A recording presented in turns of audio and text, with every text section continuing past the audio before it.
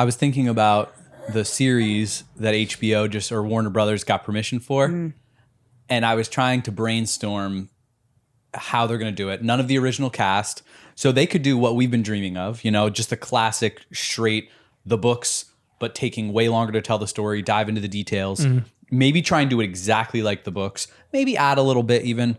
But then I also thought, what if they didn't? What if they told a parallel story to the books, some crossover, but something that was like taking place in the same time period, but maybe in a different part of the wizarding world, or like half and half. And I was just trying to think if there were any other things that would make sense, that would be close enough. Well, J.K. Rowling is in the... Yeah. She's an executive producer. She's locked in for it. So... That's so exciting. So whatever happens will be canon, and that's why it's kind of weird and cool. Canon, guys. But that's why I'm excited. I'm like, ooh, they could go to another country or tell like other parts of the story, which I think would be fascinating. As much as I would love for them just to keep it straight to the books too, but it'd be cool to get bonus material. Like other perspectives, that would be cool. Yeah. Even. Yep. Like when different TV shows just throw in, it's like a throwaway episode sometimes, but they'll just use a completely different person's perspective or something like that. Or just like, what was the show? Barry. Did you guys, any of you guys watch Barry? It's a weird show. Sounds familiar, but I don't think it was Shocking. Bill Hader, and he was an assassin. Yeah. Oh, I thought you said buried at first. I was like, Barry. Like a name. Barry, a man's like a name. And his name is Barry. And he's an assassin. Barry? And he goes to an acting class and he wants to become an actor. I don't have an accent. Barry? I have a weird accent. Yeah. Oh, so now that's like, it's just like, how do you guys say it? I say Barry. Maybe it's your time in the Midwest. Barry. Yeah, exactly. Barry. I think I say Barry. Barry. Yeah. Yeah. You say Barry. Bill Hader was on a talk show, and he actually talked about how different people say Barry. Nice. He's like, if you go up north, he's like, you're gonna get people, and they're gonna be like, hey, and how's your show, Barry? And he talks about like the southern people, Barry. So maybe I'm like the southern in me. Yeah, you picked up the southern. I mean, I went to school in Florida, but I left that there. Anyway, there's like this whole throwaway episode. The whole show is kind of entertaining, and then there's this one of it's just like this massive chase scene, and it's like an entertaining little episode, and people loved it. I feel like they could do that with Harry Potter too, like getting, I don't know, like one episode just give us Neville's day, like something that happens or something like that. Yeah, like his day before, he goes, or like when he sees his parents, like that would be such a fun perspective having Neville. But she's an executive producer on it, which is why I'm hopeful for it. But I'm still nervous. What are they like saying? Do they give a time frame at all? No, I don't think, because it only just got signed officially this week, and the fact that it was out last week or 2 weeks ago, rumors, but like it officially got locked in. Deals were signed, money I'm sure was thrown around a little bit, but I don't think the rest of the details will be ironed out for a little bit, and they probably will keep it under wraps as long as they can. Yeah, we'll see. I have hopes. I have high hopes for it, but I'm also tempering my excitement for it a lot because I'm a little nervous for it. People are already talking about some of the casting that they're doing, and I mean, everyone wants Adam Driver to play Snape. I think he'd be just the best. Who's that? That would be perfect. Adam Driver, Kylo Ren. Yeah. Or he was in Star Wars Marriage Story. Yeah, the one that looks like the other guy. They look similar. The actors. Alan Rickman, like a younger version. He looks like a young version of him. Yeah, they want Helen Mirren to play McGonagall. I think that'd be great, but I feel like she's a little too old. Agreed. She is like kind of older, but well, at least it sticks. Like I don't know names of any actors. I can't remember names in the book, so it's But we're on the last two chapters, which is really exciting. So welcome to the podcast. I'm John. Jen. Danny. And Kristen. And this is Harry Potter and the First Time Readers.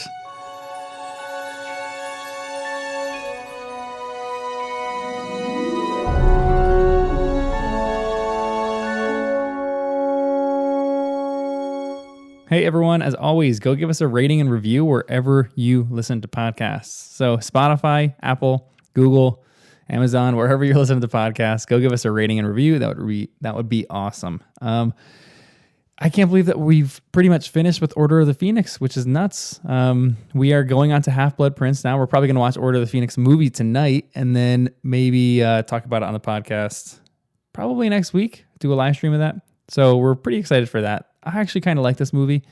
It's hot and cold for some people that I know. But anyway, we're going on to Half-Blood Prince next, which is maybe my favorite book. So I'm very excited about that one. It's a lot of people's favorite books who listen to this podcast. So very excited to go into that. We also might do some extra content. We have we didn't actually tell this to our friends, but we have some friends who are reading along kind of with us. One is doing it for the first time.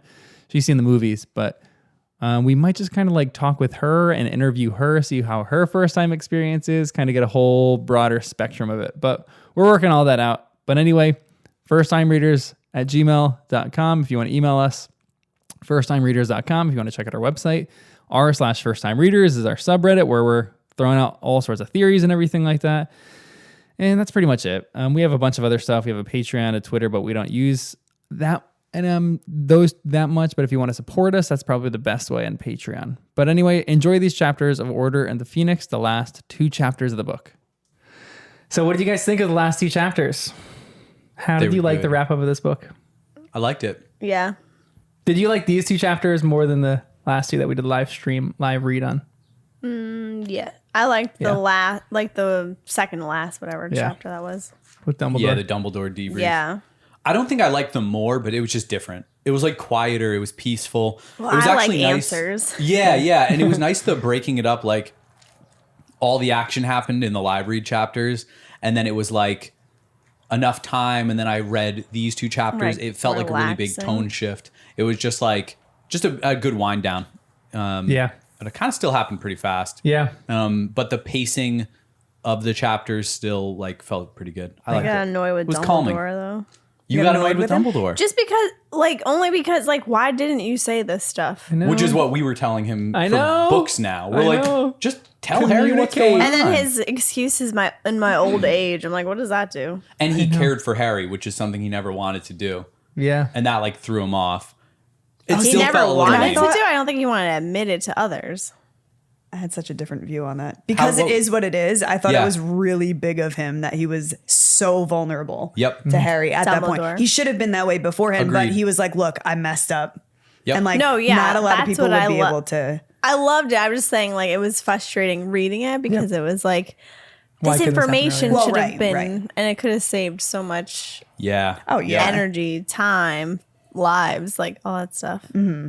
And Dumbledore was literally saying... Well, I was just taking it from the perspective of, it is what it is. Yeah. Yep. I don't like that. It's like Dumbledore, he at least fessed up. He reached that point, could have done things different, and he was just like, I messed up.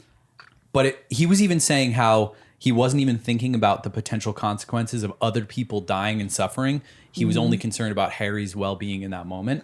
And that's a kind of sweet thing, even if it is slightly misguided.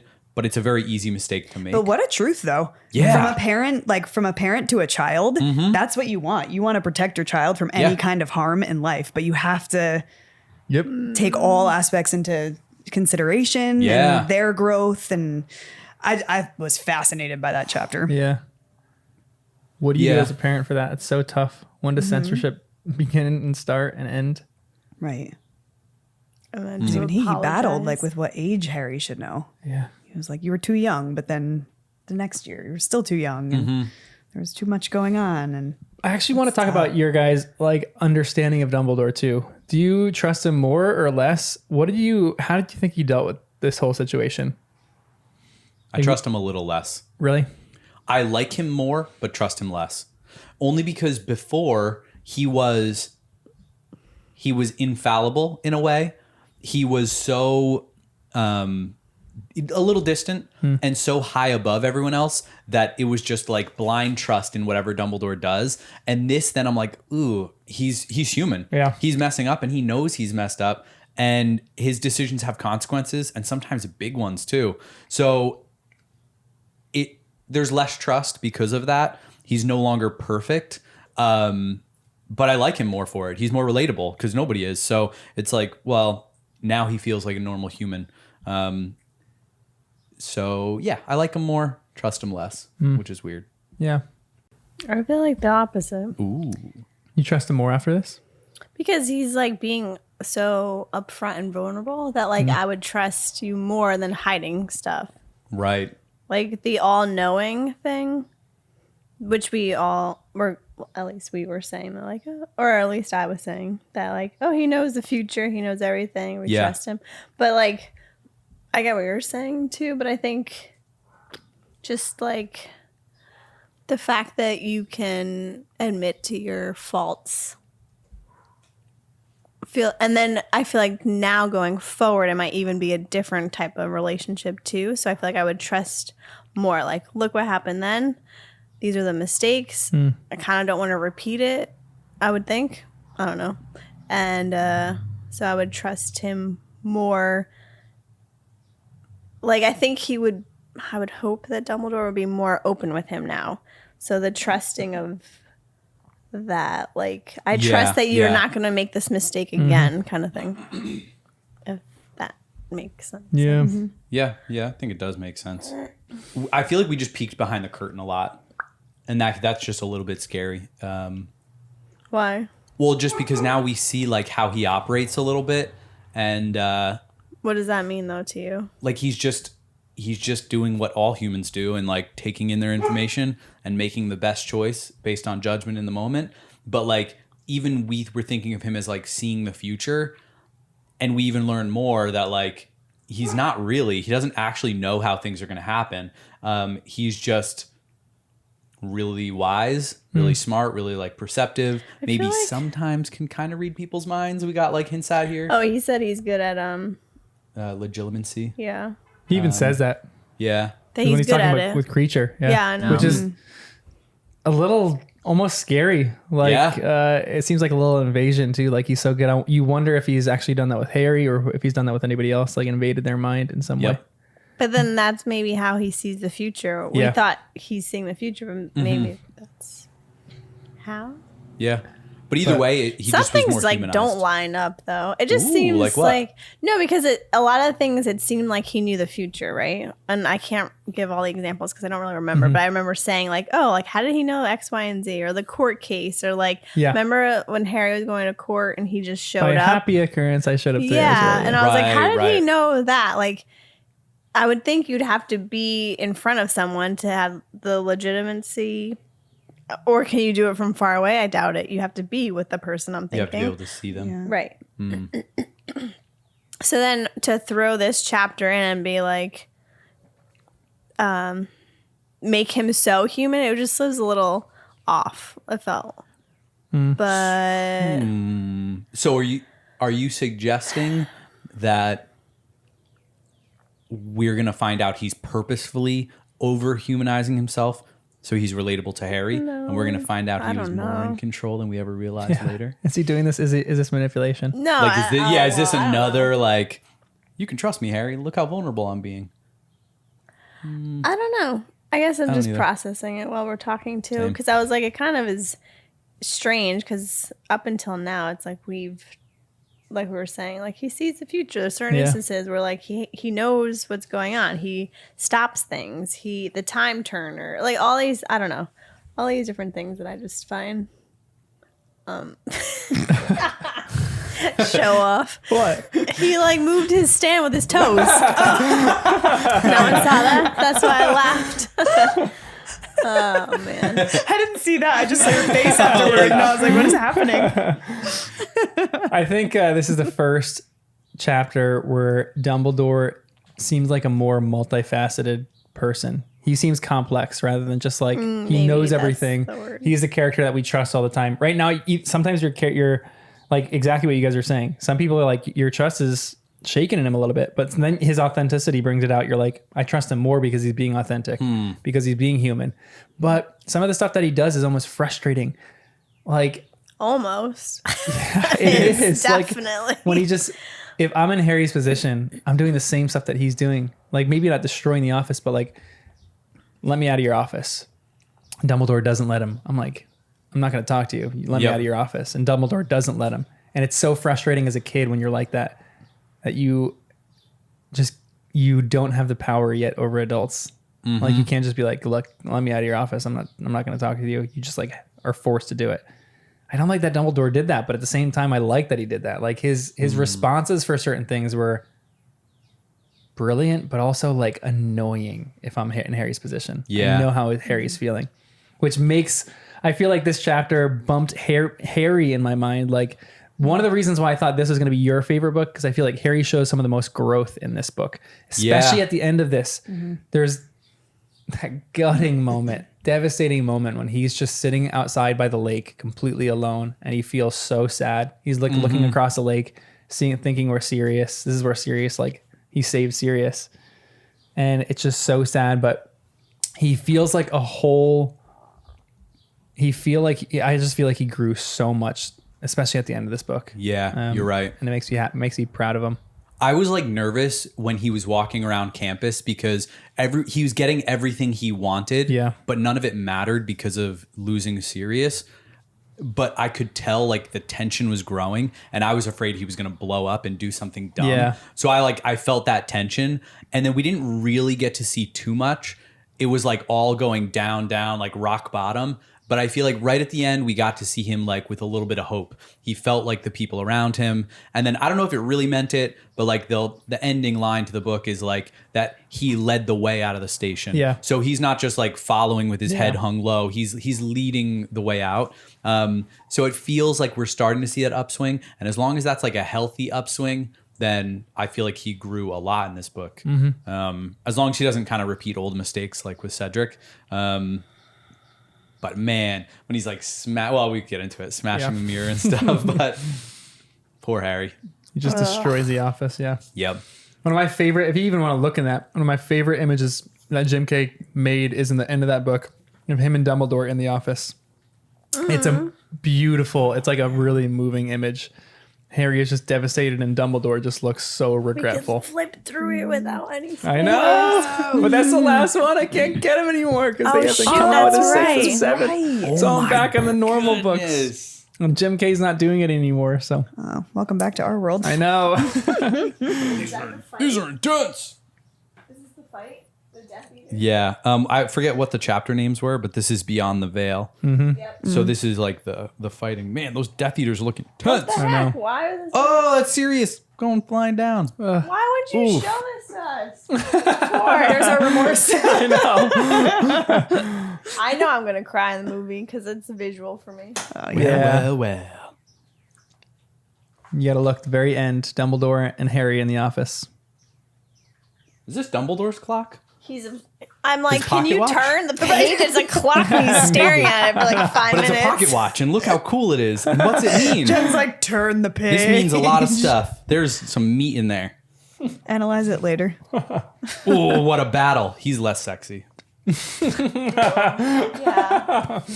I mean, movie Voldemort is sexier than book Voldemort. Jen's like, hold on, let me look at this now again. I gotta slow it down. What's funny in this though is that Voldemort looks like he's trying so hard, and Dumbledore is at ease fighting him in this illustration. Oh man, and he went in to get Umbridge all by himself, confident, not a scratch on him. That's right. Legendary. He went to get. Wow, cool. I must have listened quickly. Yeah, I'm forgetting things too. Dumbledore's office looking cool. Yeah. Oh, he looks so sad. I know. That was heart-wrenching. The moments in the office with the Dumbledore put his head in his hands. I was like, oh my goodness. Yep. We didn't really do a chapter summary, but I think it's pretty straightforward. Yeah, this one is just the debrief in Dumbledore's office. I don't even think Harry leaves the office in this chapter. No. It's just sitting in the office talking to Dumbledore the whole chapter. Yeah. And these are like the lines that we get in the beginning. Just devastating lines. It was unbearable. He could not think about it. He could not stand it. There was a terrible hollow inside him he did not want to feel or examine. A dark hole where Sirius had been, where Sirius had vanished. He did not want to be alone with that great silent space. He could not stand it. Let me out, Harry said yet again in a voice that was cold and almost as calm as Dumbledore's. Not until I've had my say, said Dumbledore. Do you think I want to? Do you think I give a... I don't care what you've got to say, Harry roared. I don't want to hear anything that you've got to say. You will, said Dumbledore steadily, because you are not nearly as angry with me as you ought to be. If you are to attack me, as I know you are close to doing, I would like to have thoroughly earned it. Do you think that Dumbledore is the one to blame for everything that happened? No. No. it's too far removed from the actual stuff that happened. I think he played a part, but I don't think he's to blame. Baby head? Death Eater? Really? Baby head? Seriously? I didn't even notice it was in there. Isn't that? Yeah, that looks like baby you head. You didn't know? Oh, yeah. Oh. Like, I don't know if we're allowed to show this on the stream, but I'm like, ooh, let's look at it after, guys. People, yeah. Well, you said to look at it. But yeah, I don't think Dumbledore can be to blame because it's like, how far removed can you actually blame someone? Dumbledore was making decisions that impacted a lot of things, but in the end, it's still like the only reason. Choice. Yeah, definitely. The only reason that Dumbledore would be to blame is just if you're discrediting Harry's own ability to make decisions and to do things, you know? I don't know. It's too many steps removed. The thing is, you could blame anyone, though. You could blame Harry because he didn't open the gift and he didn't see the mirror and he could have communicated with Sirius. I can't believe it after all that. Oh my the God. mirror just goes away like that. The whole thing would have been solved if he just opened the thing. But then thing. it could also be Sirius's fault because he gave him the gift instead of saying, here, this is something you can literally open, call me, and you'll see me immediately. So he tried to say it, but he didn't Again, he didn't express how. No, this is what's so frustrating about this book. Is everyone's like, here. It's a mirror. Why is everything a mystery? Show him how to do it. Yes, show him how to do it. Hey, let's practice. This is how you do FaceTime. Yep. You know, like why is he's just handing it to him and then like it's all wrapped up? I don't know. That was, to me, that's one of the most devastating parts of the entire series. Yeah. Sirius dies. Harry goes through his bag and sees this mirror that everything could have been solved if he used because it. they could have warned people at the Order anytime they needed to. He could have been in communication so he wouldn't have felt so alone. Yep. He could have been trying to learn occlumency from Sirius maybe, or like just anything. And then at the end, is Sirius in trouble? I don't know. Let me check. Hey, Sirius, you there? Yep. Oh, you're not. That's what I'm saying. Cool. It would have been so serious. So like you could stem it in any direction. It could be Harry's fault. It could be Dumbledore's fault, or it could be Sirius. Can anything happen with this mirror? What do you mean? Like right now, all we know is the mirror was gifted and it broke. Harry broke it because it didn't work supposedly after the few seconds he waited. Why did she introduce this mirror? Just to heap on more guilt to Harry? Yes, at this point, that's how it feels like. It feels like, as she wrote it, it feels like the mirror is just all the more reason we're supposed to be maybe a little frustrated with Harry or Sirius or their lack of communication. But I'm like, what did it accomplish? Like, if you left the mirror out of the story, it'd be exactly the same. The only thing the mirror added to this story is extra, like, whack your head on a wall, like, why didn't we think of that? Forehead smack. And that just feels weird. So I'm hoping something more could come out of it, but I don't know what. Do you think that you could actually communicate with Sirius? Maybe if the mirror was on him when he went through the veil. No, I don't think you can communicate with people. What if Harry went to the veil? But you can hear their voices on the other side of the veil. Yeah, like could he be there? Like, Luna was like, "Oh, we'll be able to talk to them or see them or whatever." See them again, like they exist still. That's when Luna really becomes such an integral part of this whole book. Yep, what a gem! I know. I feel like the mirror could be repaired pretty quick. Yeah, because he shattered it in his suitcase. And I'm assuming Reparo would also get it back to functional capacity. But then what could be done with it? If Sirius left it behind, they can at least find it at Grimmauld Place and then or wherever Sirius left it and then use it for their own purposes later. But the way they talked about it made it sound like James and Sirius would do this in school, like it was casual. Yeah. Like, shouldn't they get a bunch of these mirrors and they all have these like in their pockets? This is cell phones before cell phones. Yeah, this is very useful. Yeah. Like, I feel like Harry, Ron, and Hermione should just always have these around. Like or Harry and Dumbledore. Like, yeah, honestly. Yeah. You know, and especially if you can just say the name and it calls people, it is a cell phone at that point, you know? But maybe it's harder to make. Maybe James and Sirius didn't make it. They found it somewhere. Maybe the Room of Requirement gave them one. But I don't know. For whatever reason, I feel like it's going to come back because currently it didn't serve enough purpose. It feels like a strange loose end. I forget that like literary thing. It's like in Act 1, if there's a gun hanging on the wall, by Act 3 it should be fired. this mirror feels like the hanging gun on the wall. Yeah. And someone took it off the wall, but just didn't do anything with it. So I hope something is done, but I don't think it could be with Sirius. Maybe. Interesting theory. Again, it's like a dangerous thing to open up post-death things. I'm not just talking about like religion or whatever beliefs, but like just like time travel. Yeah. If all of a sudden you can talk to dead people, then like what is death anymore? Yeah, for sure. Yeah. But the veil is already like a little bit weird, but I loved getting little headless Nick, nearly headless Nick. That kind of finalizes it. Yeah, I was like, whoa, that closes it, but also tells us more about ghosts. I know. How you have to kind of choose if you're going to, but nobody does because it's like not a real life. It's not real death either. Yeah. You're in limbo. The progression that Harry experienced with those things, I think, was perfectly written. When he looks at the mirror, realizes his utter regret at not using it and devastating that he couldn't. Then he runs off to Sir Nicholas, asks him, and he goes, Sirius would have moved on. Like, you even get the whole download of Ghost, which we'll talk about. So it's like finalized a little bit. It's devastating when Harry turns around expecting Sirius as a ghost form to be like in that moment. in the classroom. And then Nicholas says he will have moved on. And then Harry is walking toward the feast and sees Luna. That's when Luna consoles him.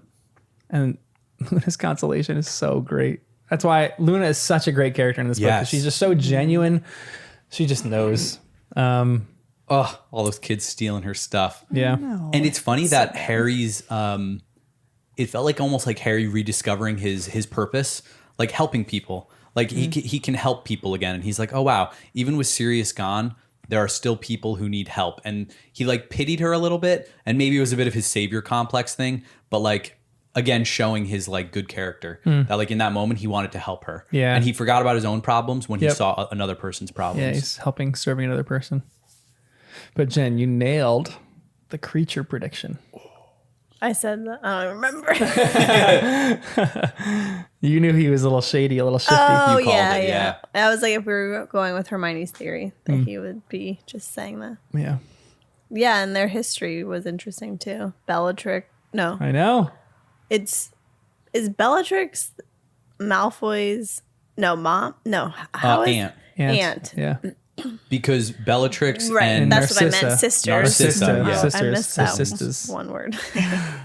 But there was something else that while we were talking, and I was like, I guess I'm so confused as the end of the chapter before, right? Like when Voldemort, because Dumbledore is explaining, and maybe I'm getting ahead, so we can push it back. But when Dumbledore goes like, Voldemort doesn't like this part of you, which is why he can't like reside in you or something like that. So that whole like end of the chapter where I was so confused, where Harry feels like he's in Voldemort's body or like the creature took over. I was so confused with that. Yeah. But then I was curious as we're talking here. I'm like, wait, Harry is talking to Dumbledore, and while they're talking, he doesn't have that urge to kill him. And is that because Sirius's death has taken over his emotion, and Voldemort cannot then like infiltrate his brain? Because I feel like this timing would be perfect for Voldemort to like spy on Dumbledore's conversation with him, because then he gets the prophecy. Like I just, it's very strange. It's a great point. I was thinking that too. I'm like, what changed where now it's okay for Dumbledore to confide in him? I didn't know what that line was, but that would make sense because because Harry's entire focus was kind of, he was told to practice occlumency. And when you're trying to practice something like that, your focus is on that. So it's almost like he was maybe subconsciously focused on Voldemort. So maybe like what you were saying, like his emotions are geared toward that. But after Sirius, maybe like that kind of took over. And then it sounded like Dumbledore was saying that Voldemort doesn't like he can't fathom these feelings of like love and emotion and care for someone. So the fact that like Harry was so distraught about that, maybe he can't like resonate with that, and he can't infiltrate that. Maybe it hurts him. For sure. Like, maybe go near that. It's such deep love for someone. Kryptonite. Right. Such deep grief. Maybe that's like His he can't. kryptonite? His kryptonite, Yeah. Which honestly, love is his kryptonite. I guess so. His failures to know and to love other people. And I think that was initially even why he didn't even want to like invade Harry anymore. When he possessed him for that little period of time, that like a weird little thing in the Ministry of Magic, he left because Harry goes, just kill me already, because then I'll be with Sirius. And as soon as he said that, it was the love that he experienced for Sirius that Voldemort didn't want anything to do with him and stopped possessing him at that moment. And I feel like there's a point right now where, because Harry is in such grief and such love for Sirius, Voldemort is like, I don't want to possess him anymore. I don't want to experience. I don't want to feel that. He's like, not necessarily fearful of it, maybe a little bit, but just almost disgusted by it, where he's like, doesn't want to touch it. Do you think he's fearful of it because he doesn't want to feel it? Maybe, yeah. I know, that's what I'm like, what happened? Like, for me, I'm like, what is his history? Because we only got glimpses of his childhood. Because to be a mass murderer like that, you have to turn off your feelings. You know, because you're going to feel something eventually. Well, you wouldn't be able to do those. Goodness gracious with the horns. A cruise ship is leaving. Yeah, I know. They're calling us. They're waiting. What were you going to say? It's going to go off again. But go ahead. How did you know that? Because it always goes off. Duh. Yeah. I'm like, you live here. You probably know the pattern. What is that? Fire station. Firehouse. Oh, I thought it was a train. No. Sounds more like that. They won't be able to do the illegal curses if you have to actually want to kill someone. So like the Cruciatus curse, you wouldn't be able to do unless you really want. So I guess you do have to, like you're saying, like turning off. Yeah, that's a good point. I wasn't even everything. Thinking of those. Because then how do you kill people? Right. Well, I don't know. That's definitely a thing that is not necessarily, like, it's a little up for debate for why Voldemort stopped infiltrating Harry's mind. Most people would probably say it's because of the love idea, but then there are other like side theories on some of it. But it's a really good question for this. Do you think that Voldemort will want to possess Harry again? And do you think the reverse could happen? Do you think that Harry is ever going to go into Voldemort's mind? Because there's a connection, right? Yeah. He just needs training. And maybe now Dumbledore, the fact that he was revealing, I should have taught you myself, maybe now he will. And then that way he can learn. Because now it's like, all right, it's all out there. Harry, you have to kill Voldemort. You're the only one that can. Yeah. So now we got to teach you. You need to have all the tools. Yeah. Yep. Because this is even the line that we get. Harry, I believe I was right to think that Voldemort would have made use of you in such a way. On the rare occasions that we had close contact, I thought I saw a shadow of him stir behind your eyes. And Dumbledore doesn't see that right now at this moment. So the question is why? What was the thing that changed? Which is a really tough question. Or is it Hogwarts? But no, because he was in Hogwarts. Yeah. Yep. So. Yeah. Yeah, it's funny because I keep thinking of Sirius and that loss being anger at Dumbledore. But it's really, like you said, it's really a love thing. Grief coming from a place of deep love. So maybe that's why he can't possess Harry at the moment. Yeah. It's like WandaVision. Yeah. What is grief but not love? Persevering or enduring or whatever that line is. It's a great little line. But Harry's experiencing overwhelming love right now for Sirius, but in a grief sort of way. Yeah. So maybe Voldemort wants nothing to do with him. Wonder what that does to him, though, Voldemort. That makes him feel, and then maybe he's not as powerful because then he can't do these curses. If you're starting to feel things. Interesting. Then maybe you can't.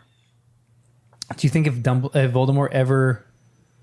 What would stop Voldemort from doing what he's doing? Do you think if he had a girlfriend, he'd be like, oh... Do you think if he truly loves someone... That's inappropriate. Do you think if he ever truly loves someone, would he cease what he's doing? What if he had a sibling that he found out? Somehow he's related to someone. I feel like he would have a skewed view of being in love with someone. Yeah. Yeah, right. Because I was thinking of that show You, because it's like like he's, in love with this person, quote unquote, but he's killing people for her. So I feel like it would be something along the lines of that. Not great. Yep. Huh. Yeah, I don't know. But can he learn how love. to? Or maybe he can feel love, but he knows that like drains him of some kind of power, so he just resists it. Although even though all of his Death Eaters seem to be just terrified of him.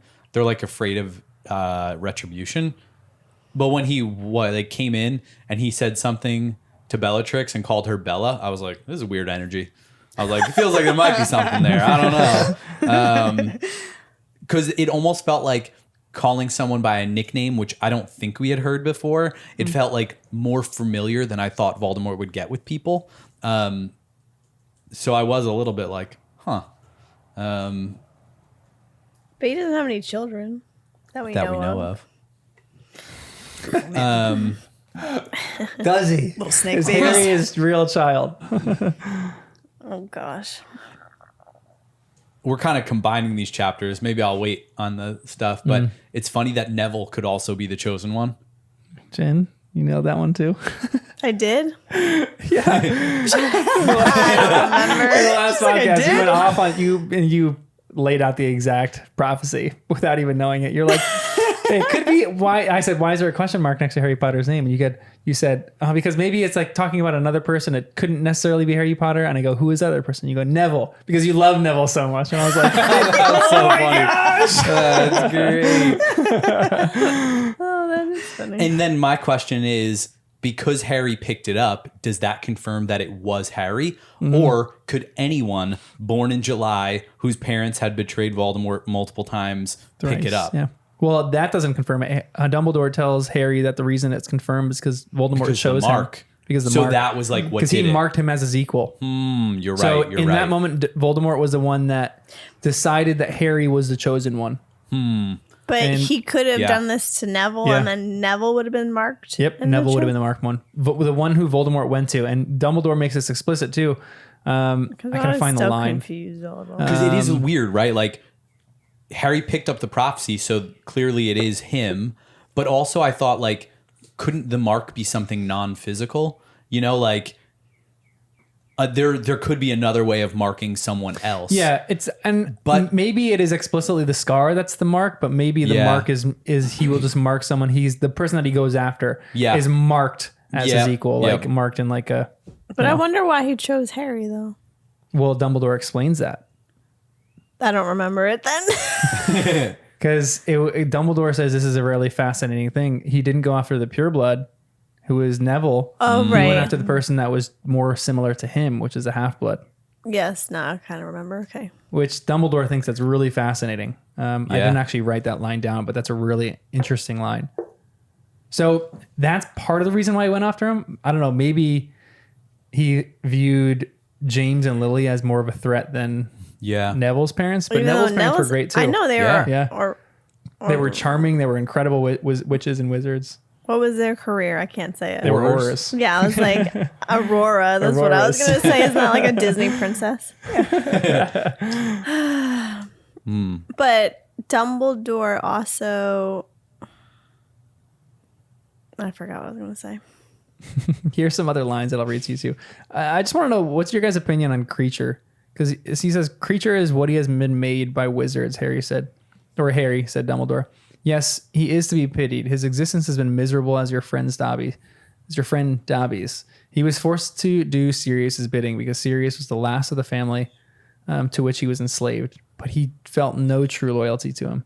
And whatever Creature's faults, it must be admitted that Sirius did nothing to make Creature's lot easier.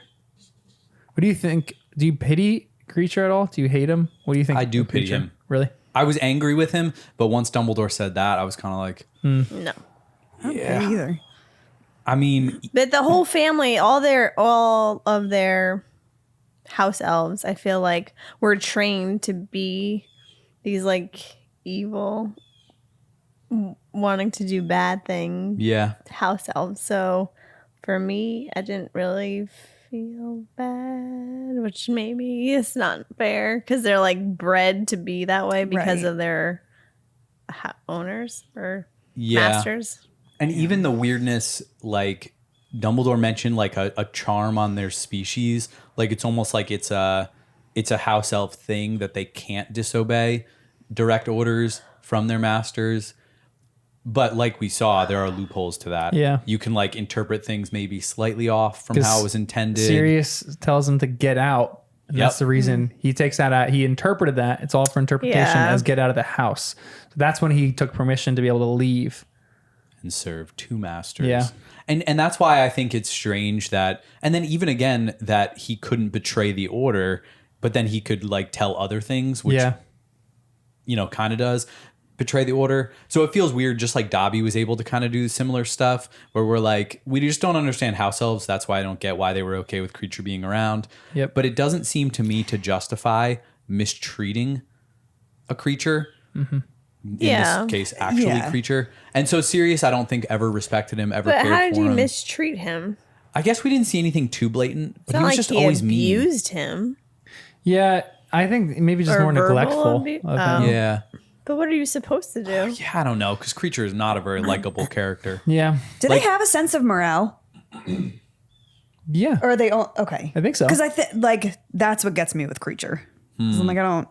Yeah. Siding like with the dark side, That's why I don't really feel pity because, like you said, it's hard because if they're being trained a certain way, then that's what they know. Yeah. But at the same time, if they do have an innate sense of morale, then they have the ability to choose. Well, that's where I'm Dobby. stuck. That's what I'm thinking. Like Dobby chose to go against the Malfoys and go to try to protect Harry. So I don't feel bad for Creature. Yeah, I don't know. There's part of me with the Dobby story, and I think people are going to get mad at me even for saying this, but I don't think it's necessarily canon that he rebelled against his masters and went away. I still feel like there's part of me that thinks that his master, the Malfoys, told him to do this stuff to Harry, maybe to keep him away for some strange reason. And Dobby was actually kind of obeying orders, but he hated it so much so he would punish himself.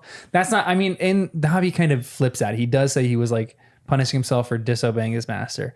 But I don't know. Part of me still thinks that maybe the Malfoys were involved in that and he was doing the Malfoys bidding in some way, in some convoluted way. The same way Creature found a loophole, but he wasn't directly disobeying. But how would he have known about Harry though, right? Like he wouldn't have known. Well, the first why would things he that want Dobby to protect says, him? Because Harry Potter is Harry Potter. But why? Like, because if he's Dobby following has heard his of his greatness, but his goodness, Dobby did not know. So his greatness of just being. Because Harry Potter is like the most famous wizard ever. So I think Dobby just knew of him. And in the same way, like it says, Creature has been made what he is by wizards. So I don't know. I was going to jump on to a different thing. Yeah, can you explain like the prophecy though? Like I know that Dumbledore and Trelawney were meeting at the Hogshead Inn. Upstairs room. And then there was a spy, but he wasn't And Trelawney's not the greatest, but she does have every once in a while awesome seeing visions. Yeah, every once in a while, meaning like 15 years apart. I know. Unless it happened other times in there. But oh man, what funny timing. So the fact that he saw it, but so the spy only heard half of it. So first of all, who do you think the spy is? Wormtail? No, I don't know. A rat would be very good at that. But why would they be there too? Like, were they just happen? Yeah, great question. To be there, or was this like, let's follow Dumbledore and see what he's up to? Keeping tabs on Dumbledore would be a really smart move from like Voldemort's perspective, because he's like the only real threat. So at least you know where Dumbledore is. But the thing is, it's like that's what I don't understand any of this though, because it's like this prophecy came out of nowhere. So, like, how did Voldemort know that, like, let's keep tabs on Dumbledore because I need to know, I don't know, like, I don't even know how I'm trying to say this, but it's like they're trying to stop Voldemort. So is that why he was following Dumbledore? Like, he wanted spies? Because this just happened out of chance that, like, all of a sudden, wait, now I have a equal and they're going to be born in July and now I have to kill them. And like it's just so random. It does that feel even make kind of crazy. My mind no, you're right. Like, why was it just happenstance that Hogshead attracts weird people? So there were a bunch of people there, and someone was like, "Ooh, opportunity," and then they just tried to listen in and got caught. Maybe was it someone following Dumbledore around the whole time, or following Trelawney? maybe prophecies, I mean, they clearly happen an awful lot. Because there's rooms with rows and rows of these things. Voldemort was like on the top of the world, though, wasn't he? Well, he was rising to power, but it was still like guerrilla warfare, in the shadows, cloak and dagger. And Dumbledore stuff. was like his biggest threat as well, so he's probably tailing Dumbledore for everything. So when Dumbledore leaves the castle, I'm sure he's got people on his tail. And whoever the spy is, they were definitely sent to just keep tabs on him wherever. And then so the part he heard was only that like there will be a child born in July. Mm-hmm. They will have they'll be equal to your power. And that was it? What was the... Yeah, I don't know if he heard the part about marking him or that one would kill the other. And then maybe that's why Voldemort was like, I'm going to try and kill this guy then because might as well do it when he's young before he has a chance. But little did he know Voldemort was fulfilling the next part of the prophecy by doing that. That's what it kind of sounds like. Mm-hmm. I like that the prophecy is open-ended because I thought it was going to be more like one way or the other. And then I was like, but then how can it be fulfilled? Or if it's a guarantee, then is the rest of the book just will it come true or not? But the prophecy is just saying, literally, we don't know who's going to win, but one of them is and one of them isn't.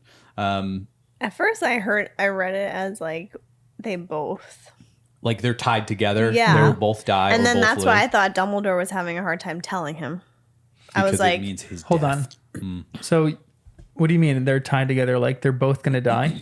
So my understanding now is that one will survive by killing the other. The only way they can die is if Harry thinks, one. So Harry has to kill him, or Voldemort has to kill Harry, and that's the only way one of them can like fall or disappear. Yeah. But originally, I thought they were tied together, and that whoever went to kill someone, the other one would die too. So they would both die. And then I read it as, at first, I'm like, Dumbledore doesn't want to say it because he's basically going to say, you're going to die doing this. But then I read it. It's tough to break to Harry. By the way, Harry, no matter what happens, you're dead. That's what I thought. My whole theory is. Because let's dissect this. The one with the power to vanquish the Dark Lord approaches. Born to those who have thrice defied him. Born as the 7th month dies. So that's what the spy heard, and that's what the spy brought back to Voldemort. So but it's someone that defied him 3 times. Yeah, the only 2 people were Neville's parents and Harry's parents. So my assumption is that he sent his devoted servants, his most devoted servants, Bellatrix's husband. Who is her husband?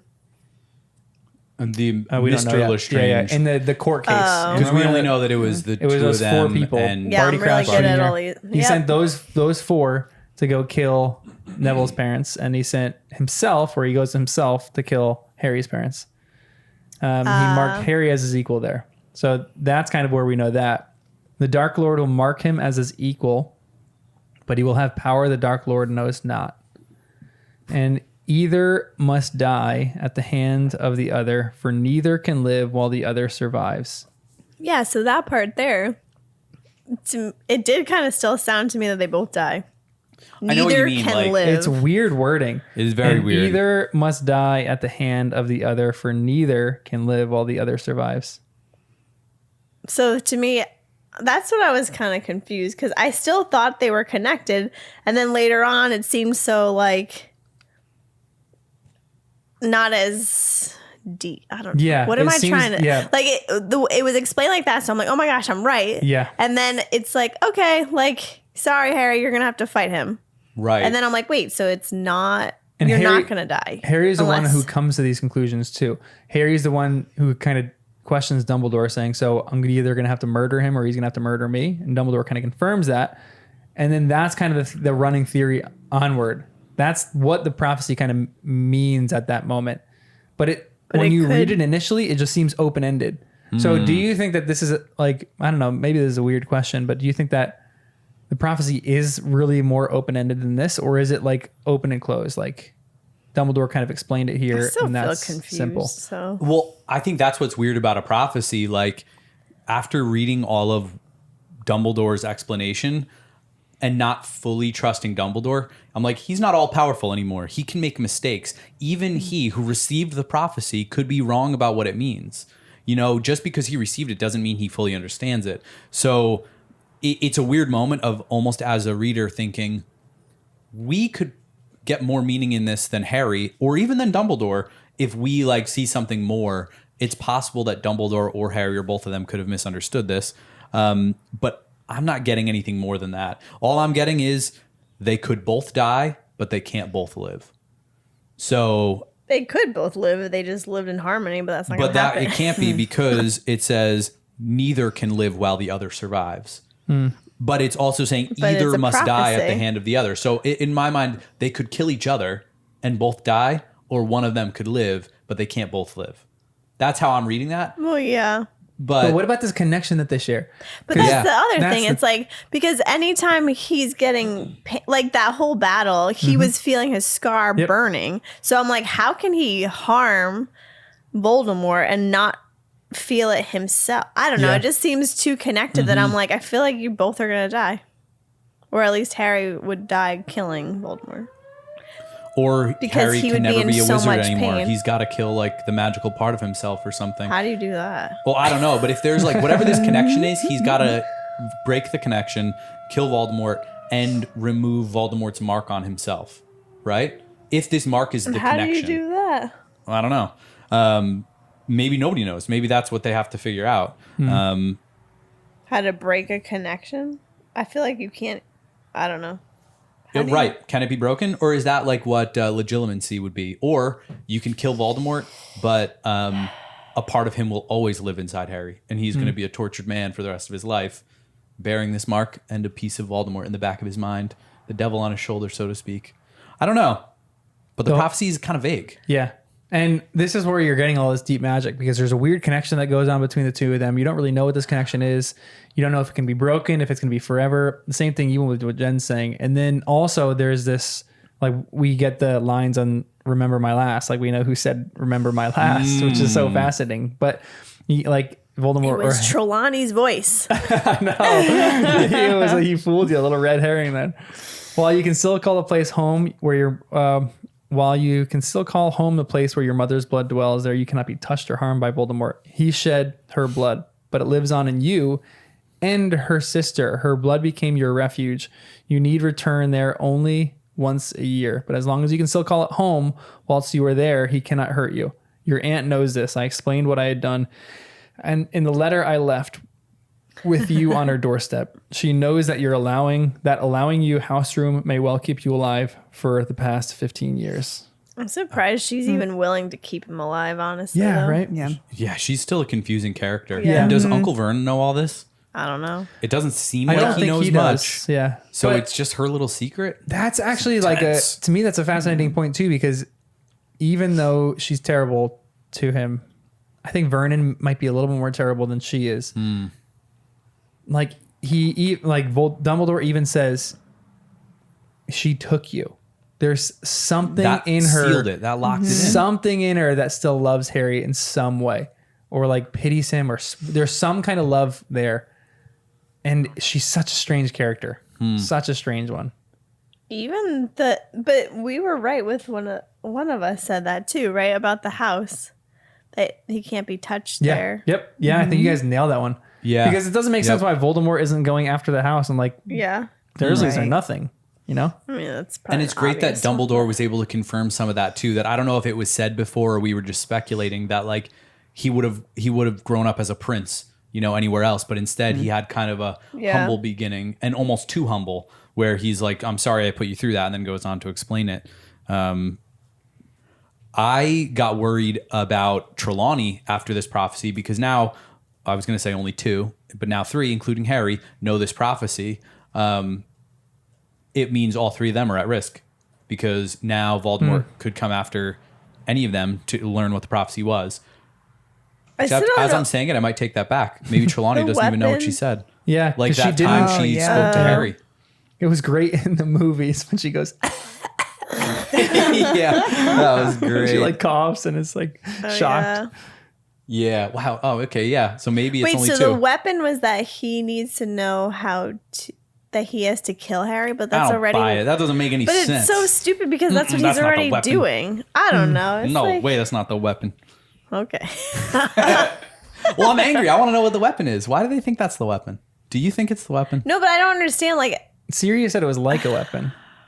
But it's not. The only thing is like, what information was Voldemort going to get? Information is power. To kill him? He already wants to do that. Well, think about it. Like, when we know the prophecy, we know it's not necessarily a weapon, but for Voldemort, he doesn't know the second half of the prophecy. So he's maybe thinking it details instructions for how to kill this person. So for him, it's a weapon, clearly. Maybe. Maybe my problem is it's the knowledge is power. Yeah. Like, in my mind, this is ammunition. And you still, like, a gun is the weapon and ammunition is ammunition, but you still need a weapon. You know, so it feels like this prophecy or information, even if it is a detailed plan of how to take Harry down, to me, that's still information. A weapon is different. A weapon is something you actively use. Information is something you passively receive. So I'm like, it could be that this is a weapon and it's all just like, it is what it is. Maybe it's a British thing. I don't understand. But to me, I'm like, no, we're still missing pieces. There's a bigger thing going on, an actual weapon, something that is actively used that is going to come up later. And it feels like even Harry and Dumbledore aren't thinking that way. And I'm like, guys, this isn't making sense. It's not clicking. It's not satisfying. I'm not like, great, problem solved. Voldemort's on the run. I'm like, he still might have gotten a weapon in all of this. And we're the ones that are out of the loop now. There was an awful lot going on. The whole thing was like a diversion to get something else. Because that would be hectic. Because they sacrificed a lot. Well, yeah, but there's a lot of other lines. Like there's more that's happening in the Department of Mysteries that is really interesting. And this is maybe one of the most important lines in this whole chapter. There is a room in the Department of Mysteries, interrupted Dumbledore, that is kept locked at all times. It contains a force that is at once more powerful and more terrible than death, than human intelligence, than the forces of nature. It is also perhaps the most mysterious of the subjects for study that reside there. It is the power held within that room that you possess in such quantities that in which Voldemort has not at all. That power took you to save Sirius Knight. That power also saved you from possession by Voldemort, because he could not bear to reside in a body so full of the force he detests. In the end, it mattered not that you could close not your mind. It was your heart that saved you. So there's forces out there. And again, this is why I love the Department of Mystery so much, because it's like forces that like we can experience that have some kind of magic to them. They're like studying what love is in this room, which is a really cool idea. But Harry seems to have love in droves. Is love the only power that Harry has that Voldemort cannot experience or doesn't know? No. I feel like he also, well, I guess it stems from love, so maybe it is. But like wanting to help people. Like he's always wanting to be like the savior, and like Voldemort wouldn't want to save anyone. I can't imagine. Yeah. It's all about him. Yeah. Like if it's one of his little followers. And who can I crush to get to the top? Even his followers, he treats them like crap. All the Death Eaters. So true. Yeah. And Harry wants to like help people. He's constantly wanting to help encourage people to rise up to their potential. Mm-hmm. So I feel like maybe it stems from love, but like, what would that emotion or? No, you're right. Like everyone's got their own moral compass, you know? So what is Voldemort's? Is he willing to lie, cheat, and steal? And are all of those things like, I don't know, it's not love, it's something else. Like even to him and his followers, if he says, if you do this, you get this. Like, is he willing to go back on that? Like, I'm thinking again of Harry with a simple thing. He's at the wishing well and he says, if I get this, I'm going to come back and throw $1 in, or whatever he said, a galleon. And then it does happen. He throws it in. He's got, not only does he want to help people and he cares and there's love, but it's like he does what he says he's going to do. So like, again, this just like deeper moral theme in his heart. And I'm just wondering what Voldemort is okay with. Like, is he okay with any of that other stuff? Yeah, like anything, just fully selfish. Because then I'm like, in that case, Harry's got tons of stuff Voldemort doesn't have. Mm-hmm. Yeah. They're polar opposites in a lot of ways. But also, though, like at the end of the day, I feel like Voldemort wants to be alone and like survive everything. Harry wants everyone to come together and survive together. And I feel like in the end of it all, I don't know how this book ends, but like that's always going to trump a single person, like entity. Like you can't be alone and be successful or survive. Like you always need help or a community or like something like that. So right, I can't really picture. And it's funny, the loyalty from the Death Eaters. I'm like, it's so strange that like you guys still follow him because you get punished if you don't follow through on your orders. So like, why would you want that? I mean, obviously there must be something that we'll maybe find out, hopefully. And there's parts of it that we kind of get in this chapter too. It's people who are like dreadfully fearful of death. I think Voldemort is terrified of death in a way that is different from the way that Harry fears death. Maybe that's it too then. Yeah. Because he left Harry when he was like, just kill me. Yeah, seriously. Yeah. And that's Harry's is accepting of death. Point. And Voldemort wants nothing to do with it. And Dumbledore says there are things much worse than death. But Voldemort can't fathom that. Yeah. Yeah. And that's Dumbledore, or that's Voldemort's greatest weakness, is that he doesn't understand that there are things far worse than death. Right. You're right. Man, what happened in his childhood? Do you think we're going to get any information on Voldemort? I hope so. There's 2 books left. Come on. There's a lot of chance for information. They're big books too. I know. They're going to be great. I like that Dumbledore explained why he didn't give Harry prefect. Yeah. It still felt a little bit much. I know. And like, why not explain it to him? I know. Write him a little letter. Do something. It's because he's old. That's his excuse for all this crap. No, it's true. But it made sense. I like it. I think we probably speculated that at the beginning. Well, it's funny too, because remember in the last book, Harry's like kept saying he looks old and he looks old, and then it comes around in the end of this, like, because I'm old, I forgot to tell you all this stuff. Harry, I have dementia right now. Last question in this chapter is, what are your thoughts on Snape? Voldemort says, "I trust him." Wait, Voldemort says that? Sorry, Dumbledore. I was going to say, where did it say that? That would be a twist. Us for a loop. Really? That's not a good sign. Flipping Dumbledore and Voldemort. What the heck? Yeah, Not Baltimore. That a couple times. Baltimore.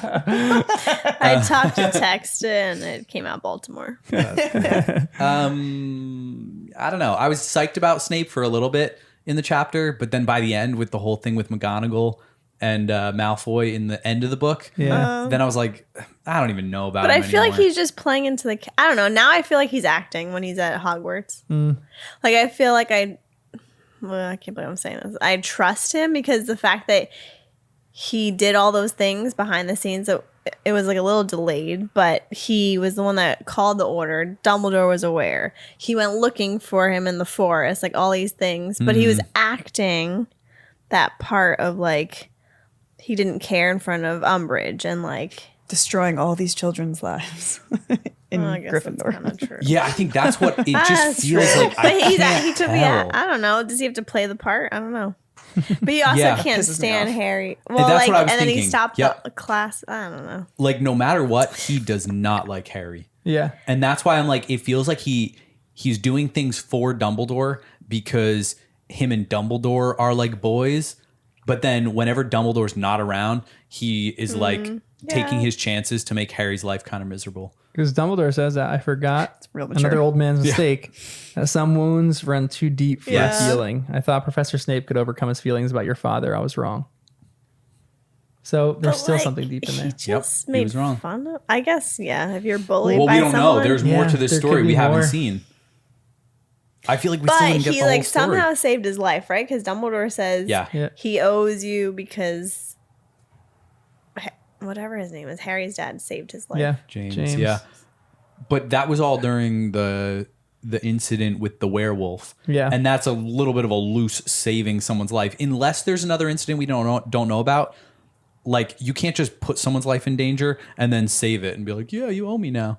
Like, it's kind of like, yeah, well, don't send him down chasing after a werewolf, and then you're fine. It could have just been his own fault. Curiosity killed the cat. It could have been. Yeah. But the way it was said made it sound like they kind of set him up for it. I forget all the details, but whether it was James or whether it was Sirius and Wormtail, somebody set him up to go down there. It seemed like it was implied. Putting like a knife to someone's throat and then not slitting their throat and being like, I saved your life.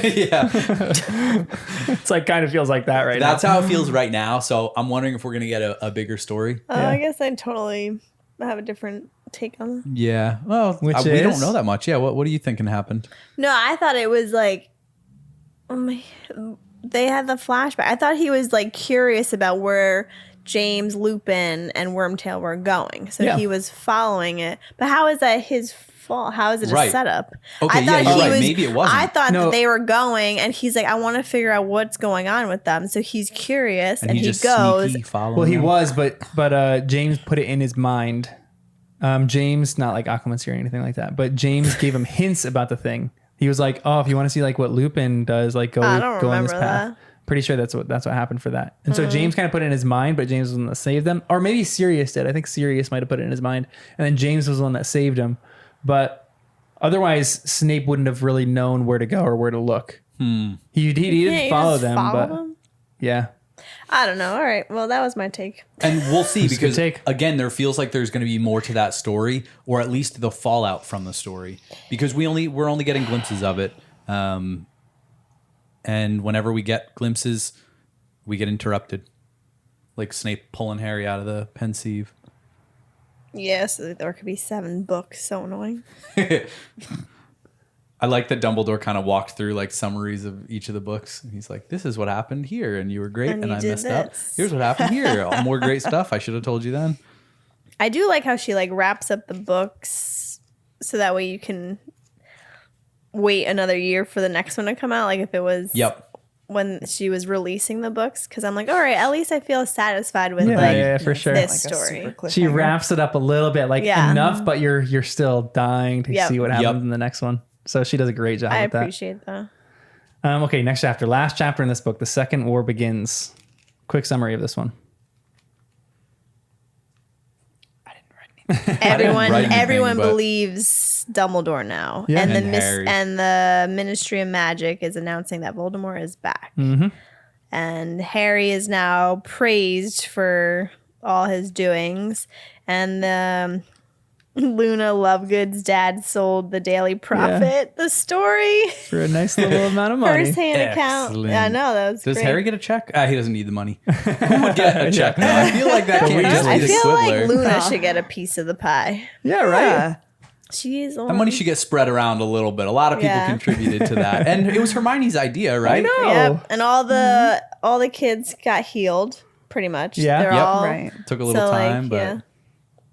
And then, I don't know, there's some other things, but that is one of my favorite moments. I'll like share my favorite moment in these chapters already. But in the beginning, when they're all just hanging out in the hospital wing, because they were in the hospital wing, Harry was sitting on the end of Ron's bed.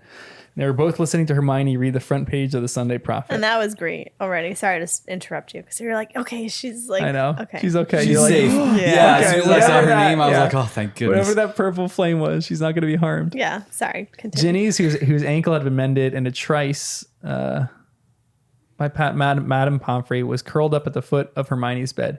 Neville's, whose nose had likewise been returned to its normal size and shape, was in a chair between the two beds. And Luna, who had dropped into visit, was clutching the latest edition of the Quibbler, reading the magazine upside down, and apparently not talking in a word. Hermione was saying. Sorry, it's just such a lovely moment. They're all like together talking about these things. Mm-hmm. Oh, it makes me so happy. That's probably Kristen's favorite part. I love that. Yeah, it's so good. Very happy moment. Personal question to come out of Harry Potter just a little bit. How do you guys deal with grief?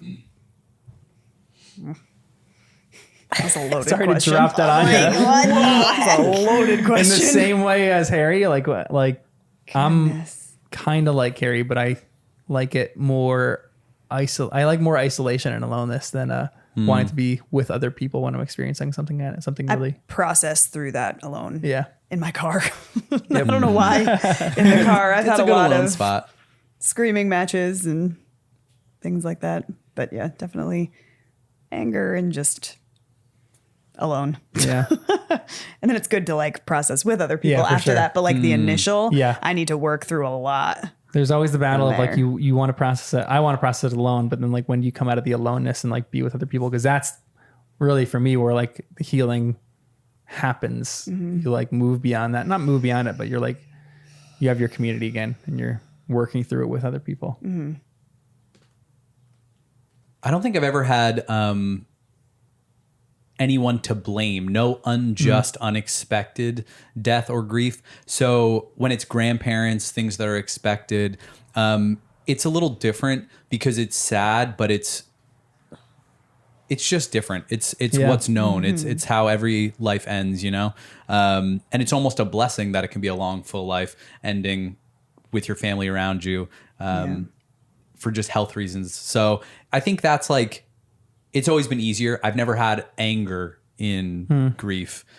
So I like distracting myself. I think it's better to be with people, socializing, and then slowly opening the grief tap as I can handle it and then closing it again if I can't. I think that's simpler. And then when I'm ready, fully open it, let it all out. Yeah, for sure. Probably both. The little shoulder movement. Thankfully, it's been a while, so I can't really process that. But even like grief of like not someone passing away, right? Like not as severe grief. Would that be grief though? Yeah, absolutely. Oh, yeah. You can grieve a lot of things. It would be more like distractions, like make my schedule as busy as possible so I can't sit alone and process anything.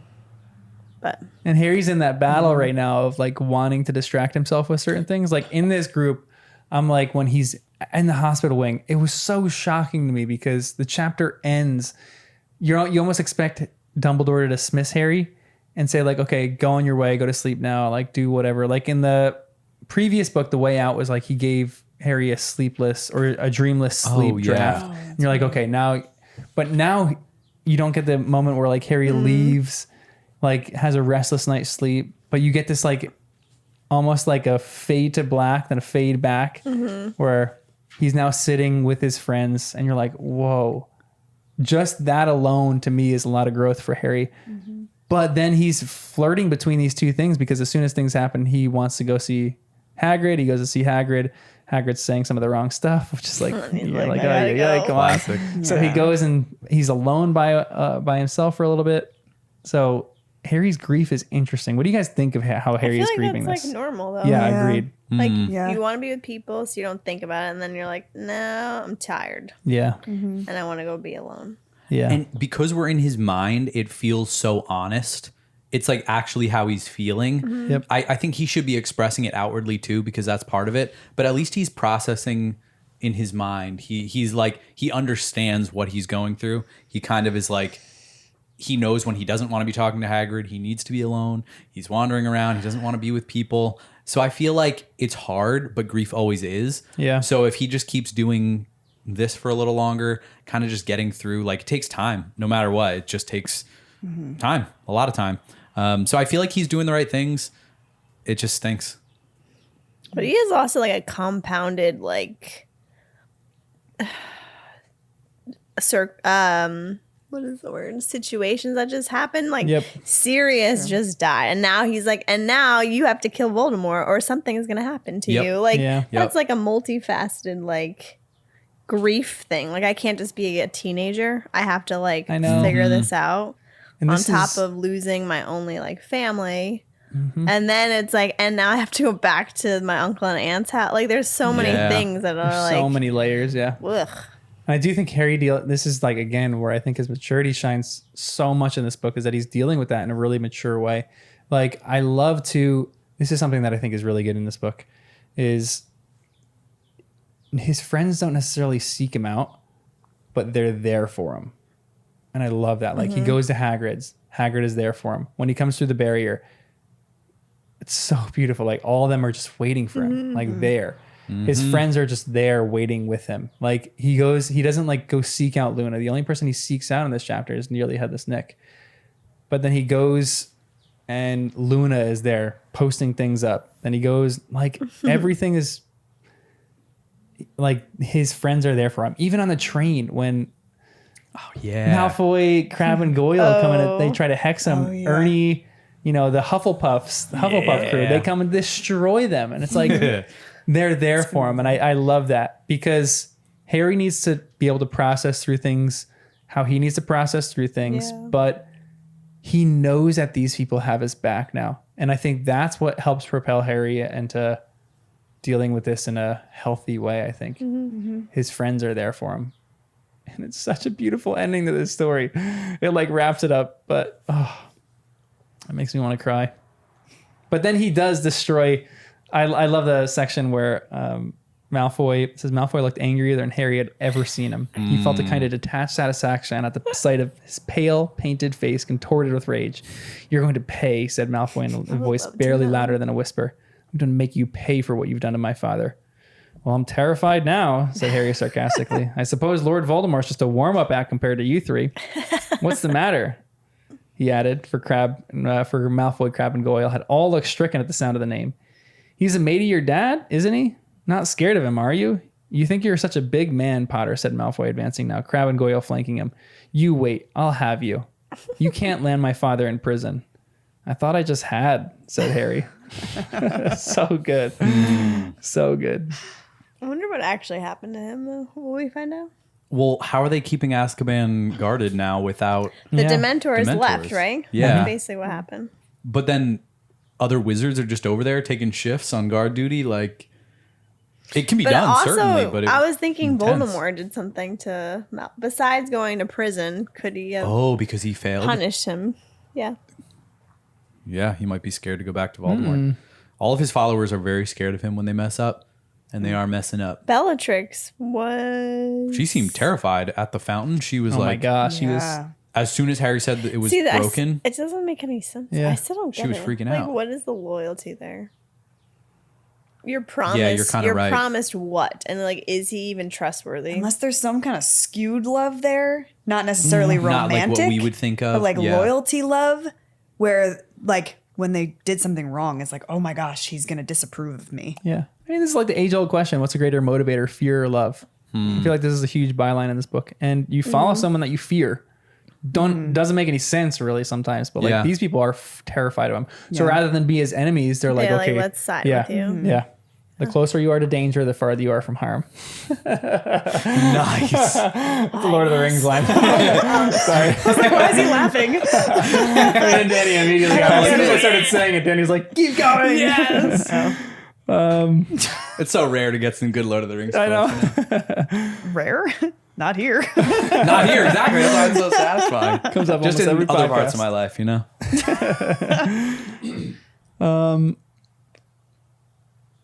Yeah, we talked about the mirror and all the devastation behind that. It says, Harry's heart began to race. He remembered seeing his dead parents in the mirror of Erised 4 years ago. He was going to be able to talk to Sirius again right now. He knew it. He looked around to make sure nobody else was there. The dormitory was quite empty.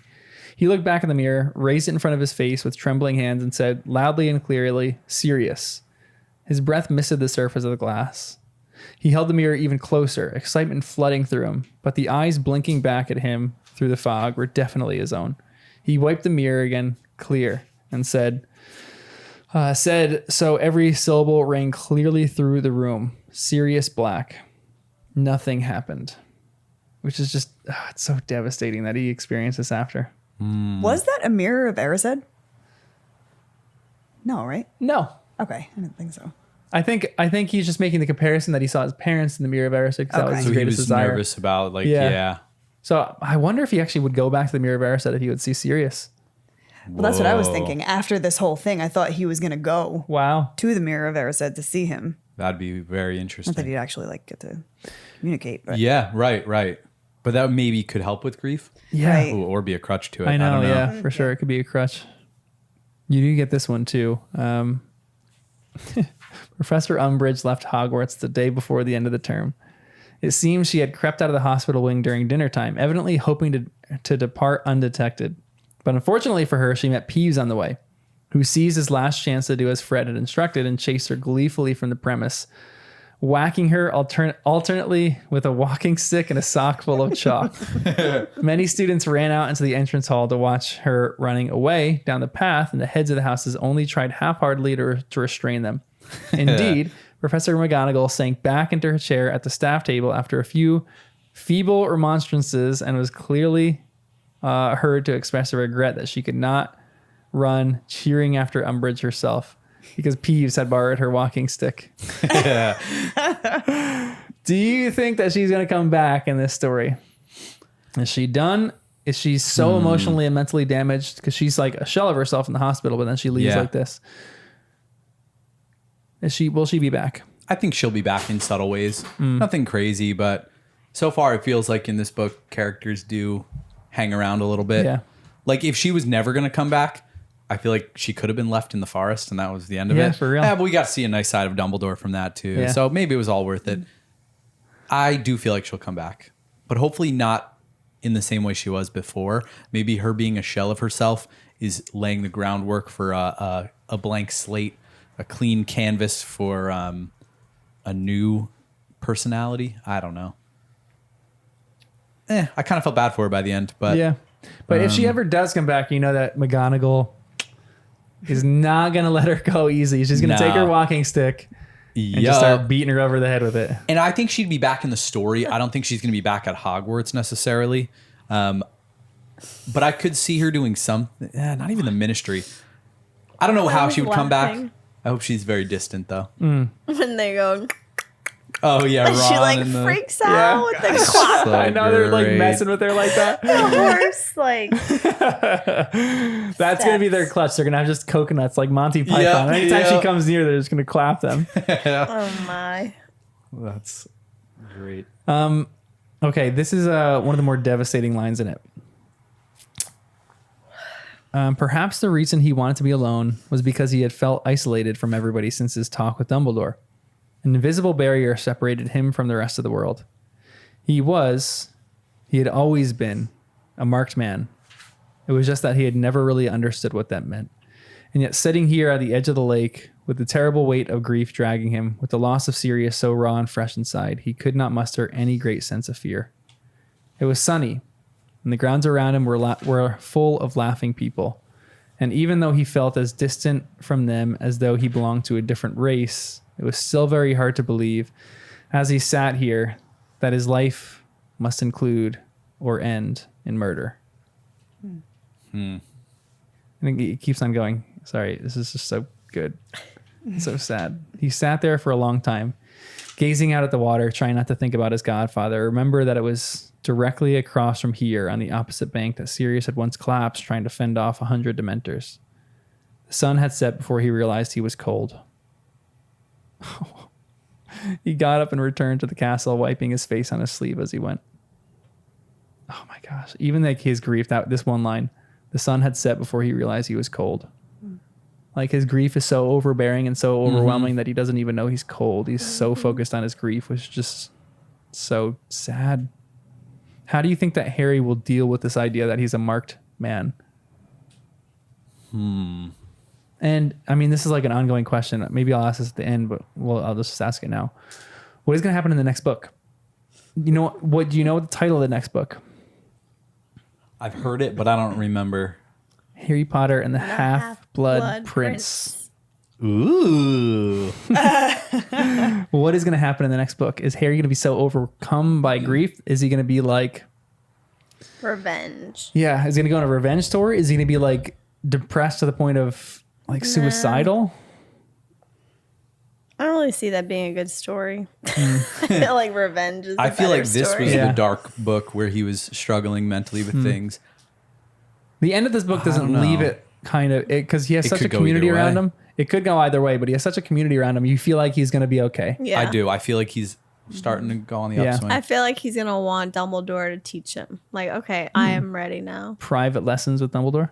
That would go a long way. I also maybe cheated because I know the cover and it looks like that. What the? You cheater. It's the cover of the book. I have no idea if that's even true. It's just Dumbledore and Harry Potter.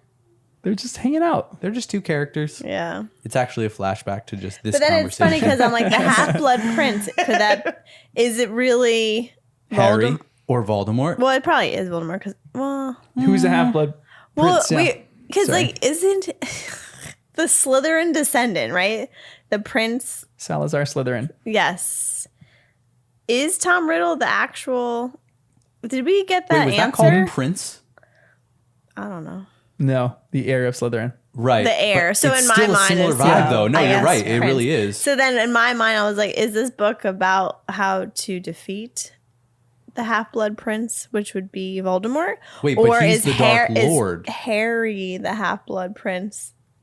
So what? Who's the Half-Blood King?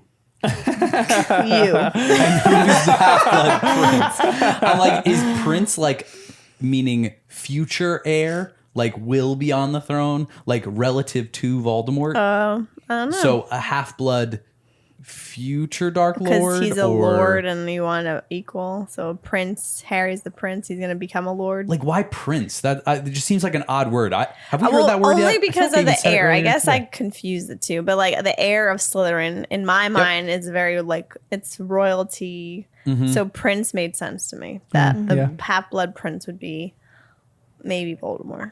Like he's the heir of Slytherin. Yeah.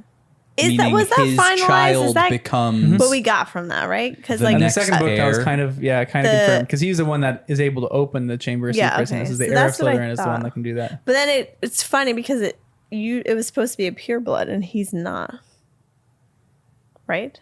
He's not a pureblood, right? But I thought the heir was supposed to be. He was supposed to be, but he's not. That's the thing you don't know. You don't know why Voldemort is half-blood and not pure-blood. And we still don't know the story, the whole thing with his mom and dad and the fighting and whatever. He just killed them. Still vague. We really don't know. And we were speculating, maybe it was just me, that the story we've heard so far is not true. Because it doesn't make sense. It doesn't all line up.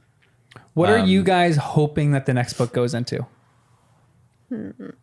I hope. I think it would be neat to see Harry Potter wanting revenge is like a negative word in a way, or justice. Maybe, that's better. Righteous justice. And it would be neat to see Dumbledore like teaching him things from his wisdom in, his magical, ancient magic ways. So maybe he could teach Harry some of that. Maybe I would love to get more history on Voldemort's childhood backgrounds. Maybe we get some of that. Maybe even like seeing the kids grow in their skill set too. Yeah. And because it's saying like what's the title, like the Second War or something? Yeah, the Second War begins. So in my mind, I'm like, okay. Wait, what does it say that? The chapter title for 38. Title. Nice. The Second War begins. So in my mind, I'm like, maybe that war will be played out in the middle to the end of the next book to see. I don't know. I just feel like everyone needs to sharpen their skills, right? Everyone is now on alert, high alert. And now you have to like hone in on those skill sets. And maybe Harry will now have more people he could train. All except the Slytherins. Dumbledore's army is real now. Yeah. It can get big. And then it'll be interesting to see the Ministry of Magic's take with Dumbledore. Yeah, like the battle lines are drawn now. Or even now. Good versus evil. Yeah. Is that a clean line? Or is there going to be some who else weirdness? is going to join in Dumbledore's army? What's going to happen with giants? We already know where the Dementors that's what went. I was thinking too. Is there anything else? Any other like... I don't know. I said a lot, so it's your turn. No, I'm all the stuff you said was great. I like feel like I'm just wondering what else we're gonna see. Like every time the world grows a little bit.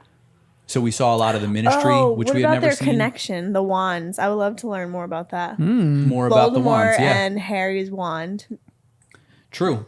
even just wand lore in general. Like Neville needs a new wand now. He was using his father's borrowed wand. I just want to know about the two. So, well, yeah, no, but that too though, because what will happen when they battle? How can Harry prepare to kill Voldemort? Well, also it's like, how do you open your mind? Because if he couldn't even do the whatever on Bellatrix, he couldn't even. Yeah, he couldn't do a killing curse. So like, what does he have to do? And maybe Dumbledore can teach him like, maybe you don't have to do that. You can do something else. Because like Dumbledore said, or what's worse than death. Worst. Yep. So maybe Harry can learn do something more. Maybe he can reverse him, make him a baby. Throw him in the baby chamber. The hummingbird baby chamber. You can't hurt a baby. Go back in time. Yeah, like how do you kill Voldemort? How does Harry do it now?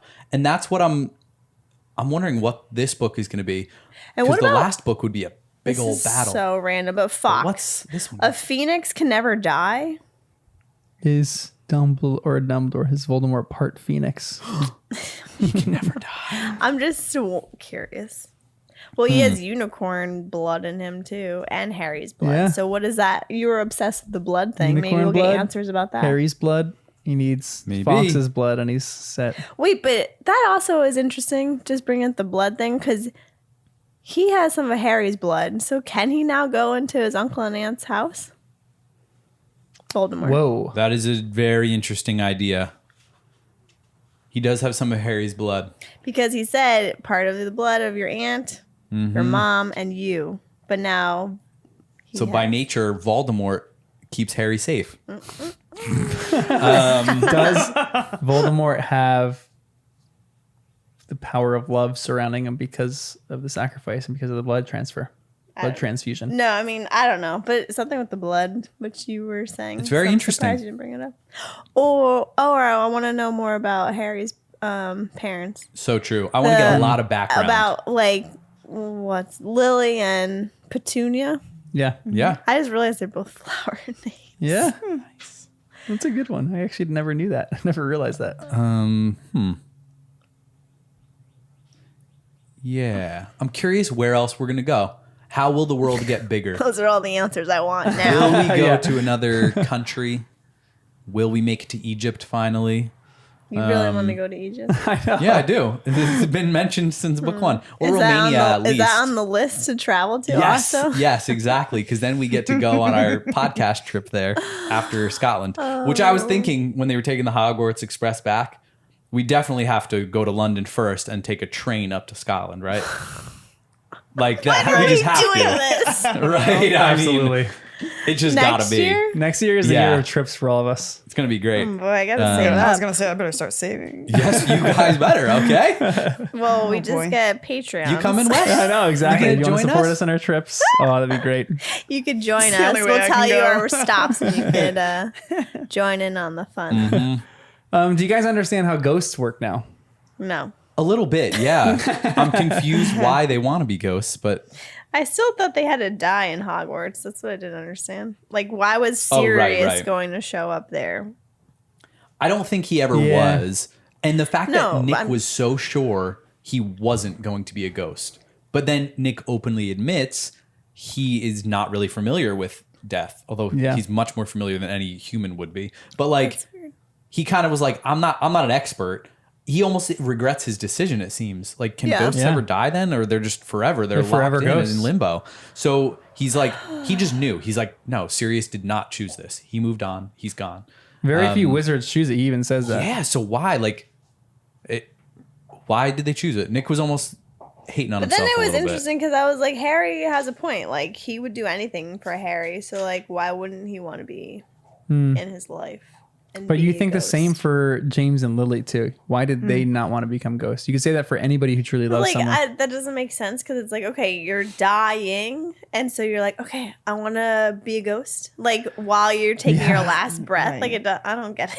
It's a weird. I don't understand that concept. My understanding of it is like you're dead and you have have a choice. You like, okay, do you have any unfinished business that like Moaning Myrtle?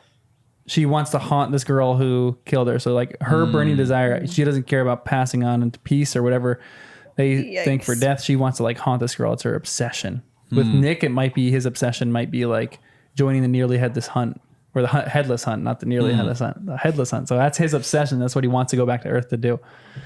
I think it might be different for Sirius. I don't exactly know, but I think his is like, yes, I love Harry, but my love will endure. I just have to wait till he dies, maybe, which is sad. But well, yeah, I'll see him again. You're right. Like it almost feels like a transcendence. Like he dies, and then if he's presented with some afterlife choice, you can be a ghost, and you're gonna get 100 more years with Harry. Yeah. Maybe he's like Dumbledore. You'll get 500 more years with him if you find some elixir of life. Yeah. But in the end, Harry will die, and you'll be trapped on Earth as a ghost, or you get to go to the afterlife, whatever it is in Harry Potter world, and behind the veil, go to heaven, whatever it is. And then when Harry dies, you'll get to see him again.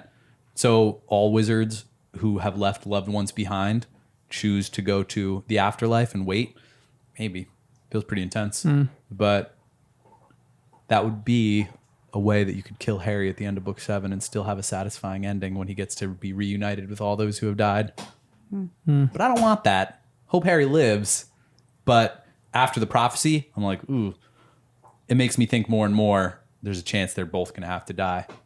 Yeah. And how do you think Harry would have felt? So there's 2 things that people brought up in chat, and they want to know, this is a really fascinating one. How do you think Harry's experience would have been if Neville was the one that Voldemort marked? Would their roles just have changed? Are Neville and Harry almost the same person, but like their experiences define them? Can you ask it in a different way? Because like, what if Neville and Harry swapped? Like, what if Voldemort went after Neville's parents rather than Harry's? But then the story is still in Harry's perspective or in Neville's perspective? Because that changes. Yeah, that's a good point. So then Harry would just be incurred. Like, I don't know. And he would have already... Oh, no, he wouldn't have been with the I feel like... Because then Neville would be the famous wizard. So then that kind of plays in your mind, right? Like everyone's like, oh, it's Neville. Would Harry's parents have been fine, or would they... I'm assuming they'd be the ones in St. Mungo's. Yeah. And Harry would still have to live with the Dursleys, I guess. The same way Neville had to live with his grandma. But so Neville, it really would be like an identical situation, but just reversed, possibly. If he didn't have the mark on him, he could have lived with some other wizard family. Because didn't Dumbledore mention that? Like any other wizard you're family right. could have taken him him alive because he wouldn't have went on the rampage trying to find Wormtail. Right. There could have been a whole heap of things. Yeah. You're right. A different story. I know. Yeah. Maybe she'll write that. But I story. feel like Neville was parallel universe. This is really the multiverse. I know. But I feel like Harry is more stubborn and likes to poke at things, whereas Neville was more passive and quiet and not confident and like insecure. So like I don't know how that would even from a young age. Neville. Yeah, you're right. You're right. His magic, he was like forced out of him because like Harry was trying to like do things to his cousin. Like I can't remember his name. Like he was Dudley. playing, and like tormenting him and stuff. And I can't picture Neville doing that. Yeah, Neville was thrown out a window as hoping magic will burst from him. Kid. I know. Neville. There are 2 other pretty devastating lines too. And this is the one that we were talking about with Ghost. But Nick turned away from the window and looked mournfully at Harry. He won't come back. Who? Sirius Black, said Nick. And so strong was his belief, Harry actually turned his head to check the door. Sure, for a split second, that he was going to see Sirius, pearly white and transparent and beaming, walking through it toward him. He will not come back, repeated Nick. He will have gone on. And then after this conversation is when we get Luna's conversation, which I think is really, really good. It says, Harry nodded curtly, but found that for some reason he did not mind Luna talking about Sirius. He had just remembered that she, too, could see Thestrals. He began, who... Has anyone you known ever died? Yes, said Luna simply. My mother.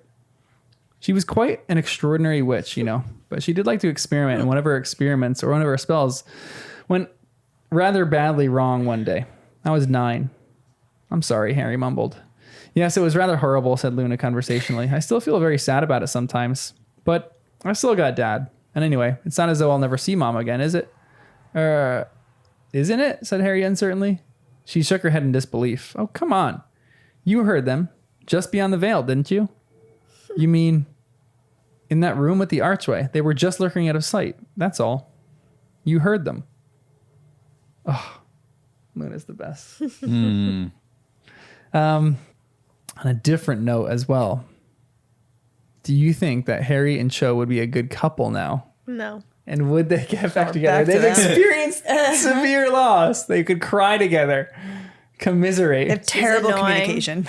Yeah, it does feel a little toxic. Do you think they'd ever get back together? Do you think next book they're going to get back together? No, I feel like it was funny because the whole Ginny broke up with her boyfriend. I know. And now she seems nervous around Harry. Yeah, right. And I forgot one of the things. There was one line I underlined and said, flirty question mark. Yeah. But she's already dating Dean? What was the line you underlined? Flirty question mark. It must have been later in this chapter, so let me find it. There's a question mark right there. Well, that's what material were their jackets made of. It answered in the next line. Danny's going into detail here. Oh boy. Where could that have been? It must have been in red in here. Let's see. I feel like they would be good now as their characters have grown. Yeah. Ginny's like a go-getter, like no nonsense, like tough. Yeah. She could be good for Harry, but she's dating Dean now. I don't remember who that is. Dean is the other Gryffindor boy. The one who asked the centaur if Hagrid had mated them. Oh gosh. Yes, some rough questions, but it was at the beginning. I think it was when they were in the hospital. Let me look. Let me find it. Yeah.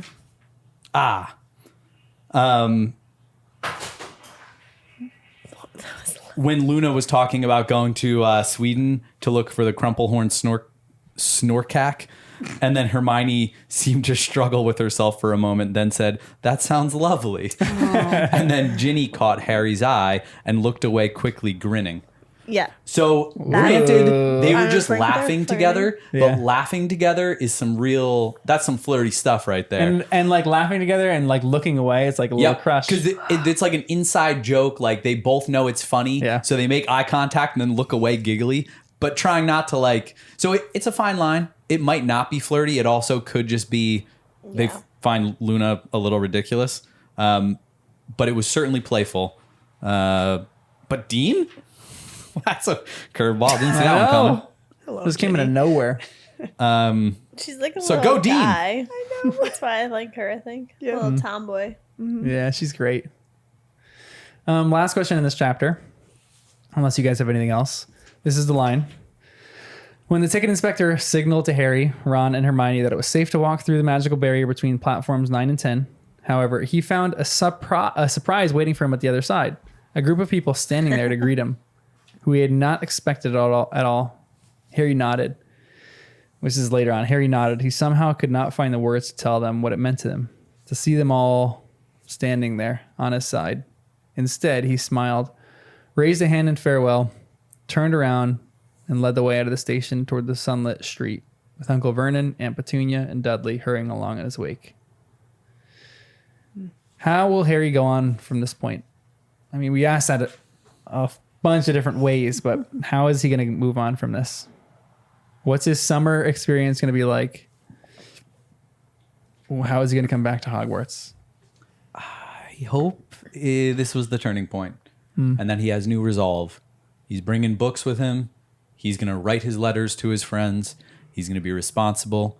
He's going to be reading and studying and working hard to perfect some magic. I wonder if he'll... Wait, are you allowed to do magic outside of Hogwarts now? Mm-mm. No, he still can't. He's still locked in. It's not an age thing. Or it is an age thing, but he's still under. Yeah, but like it's different now. Voldemort's around. I know, I feel right? like it should be fine. Everyone practicing. Yeah, exactly. Like this is a different situation now. Form the militia. Especially Harry. You do your thing. Right. Yeah, for real. He should have special permission from Dumbledore to do whatever he wants, whenever he wants at this point. And Dementors attacked him last year before they were all wild. And now they're all on the loose. So I feel like he should be. But I actually think he might do the right thing now and spend his summer wisely. I'm not sure, though. I'm afraid he could also do the opposite. and spend the summer kind of still processing grief and not doing much, similar to last year. Wait, who won the House Cup? Not like ours, but like in the actual. You kind of guess Slytherin. It's like this one is. They don't say it outright. Yeah, they don't say it outright, but they don't have Harry says when they get gems back in there, so it was respectable. Okay, nice. It wasn't zero anymore. It's like, all right, at least zero. Yeah, okay, they actually had some, but they didn't win. Yeah, 50 seems awfully low for. Yeah, I know.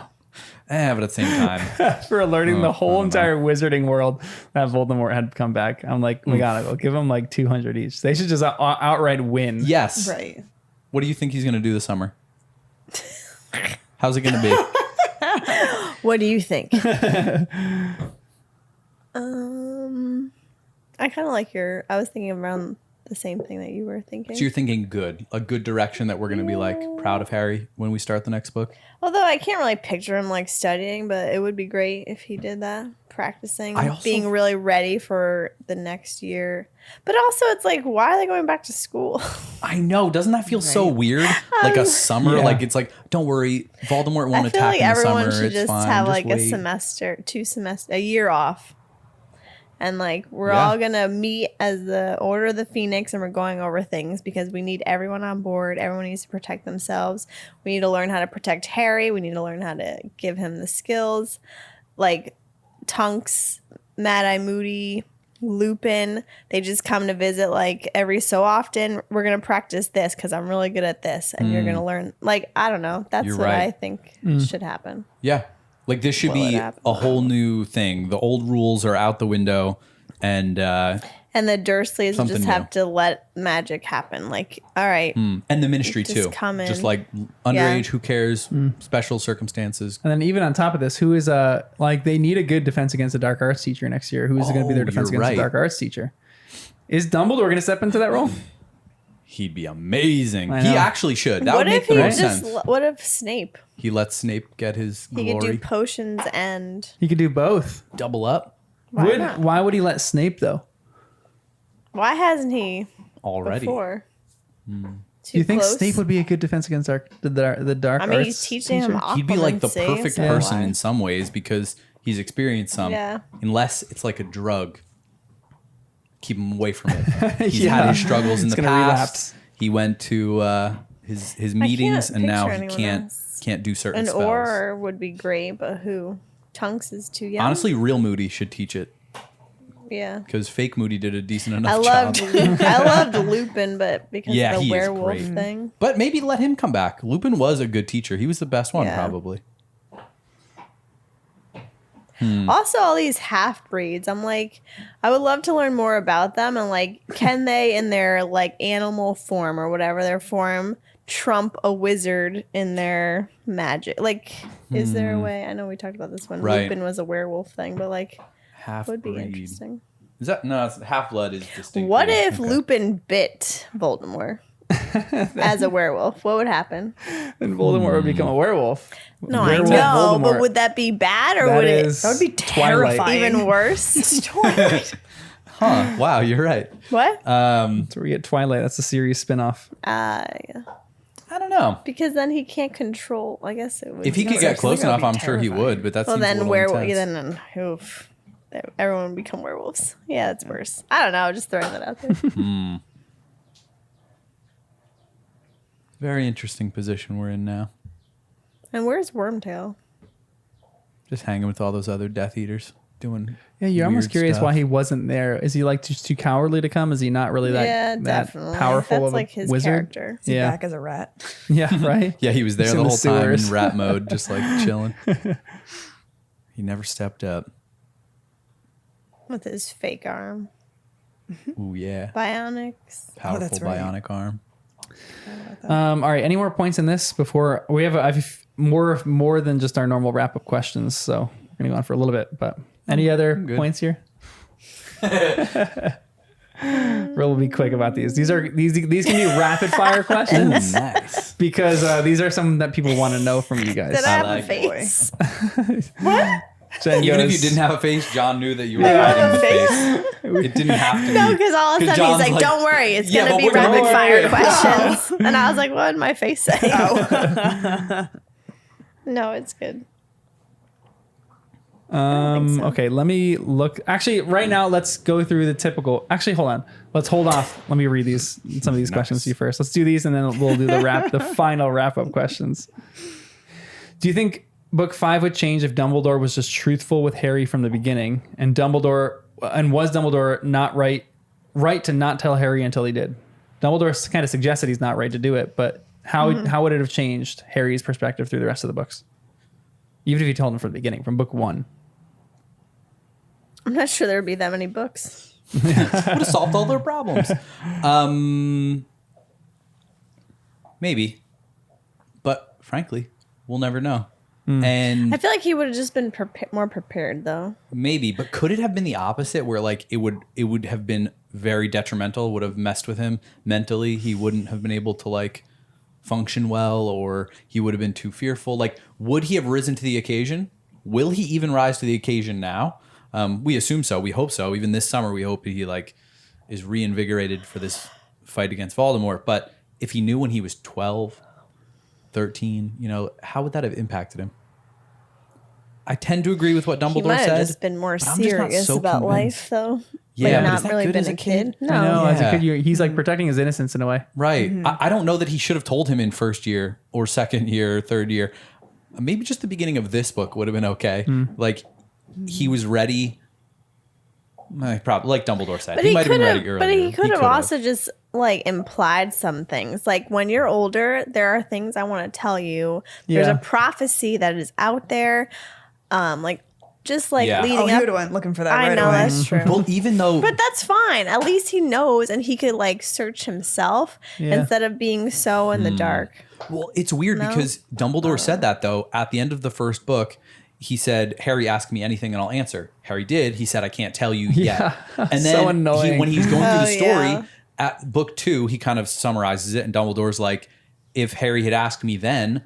I'm not sure if I would have told him, or maybe he said I wouldn't, or maybe he said he would have. I don't remember what Dumbledore said, but the idea that Harry never asked again. And if Harry had been a little bit more like, tell me, I think he would have. But like we've kind of said, Dumbledore is a little distant. He's not that accessible. Mm-hmm. It's not just like, where's Dumbledore? Oh, hey, Dumbledore, 1 second. Can we talk? And especially this book, he almost felt like Dumbledore was against him. Yeah. Since he wouldn't look at him. Yep. And that just feels strange, the whole thing. Doesn't seem fully fair, but I don't know that it would have made like all the difference. All right, who's the worst villain in this book? Right now, at this point, who's the worst Bellatrix. Yeah, I think so. Wow. Umbridge, meh. Voldemort. Danny still loves Umbridge. You guys are glad serious time. Danny loves Umbridge is safe. She came back. I think it's close. Voldemort's still the big evil. The big baddie. But in this book? Yeah. In this book, Voldemort didn't Bellatrix do in those that. final moments, she seemed like pure evil in ways that like she seems unhinged. Yes. Even Voldemort didn't seem this like crazy and unpredictable, and she was like just saying weird things, and I was like, whoa, this lady is nuts. So yeah, I'll say final answer. Nice. Bella. That's Twilight. I know. There you go. When he called her Bella, I was like, wait, what? That's because she's like a pet, probably. That's like a nickname. Do what I say. Are they dating? Voldemort and Bella? It gave me that vibe a little bit. Really? When he like first came in, but she was so scared that it would certainly be an unhealthy relationship. I just, again, we talked about like the morals of it all.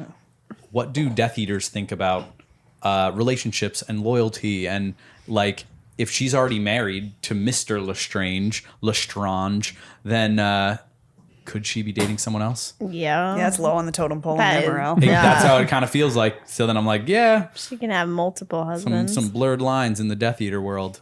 I don't know, but that seems weird. I don't think Voldemort could. That's certainly not in a healthy way. He doesn't have time for anything outside of killing people, I feel like. I know. He doesn't have emotions. He just wants to kill. Power. Yeah. And if something is a quickie, then maybe.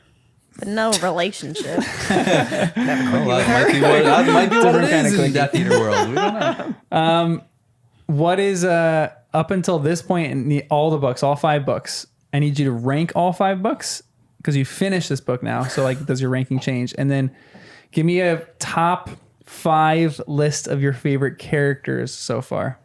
Let's do favorite characters so far. You want to answer first? Top 5. Yeah. All right, nice. I'll wait. Good.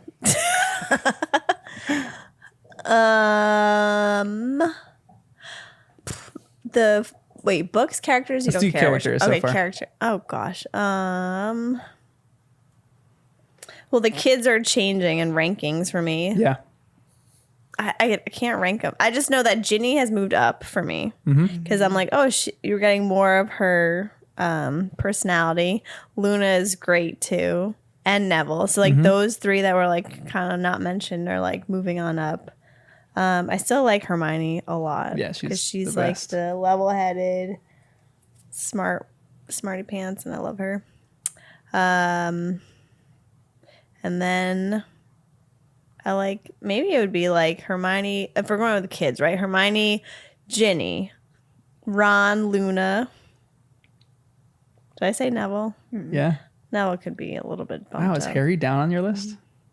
Yeah. I don't know, because the book's about Harry, so it's like... It's almost like understood. Yeah. It's kind of tough. He kind of annoys me still. Yeah. What about the adults? Do you have any adults in that list? Is Tonks or Dumbledore or... I know. There's so many characters too that she introduced. It's actually hard. Yeah, I know, it's so hard.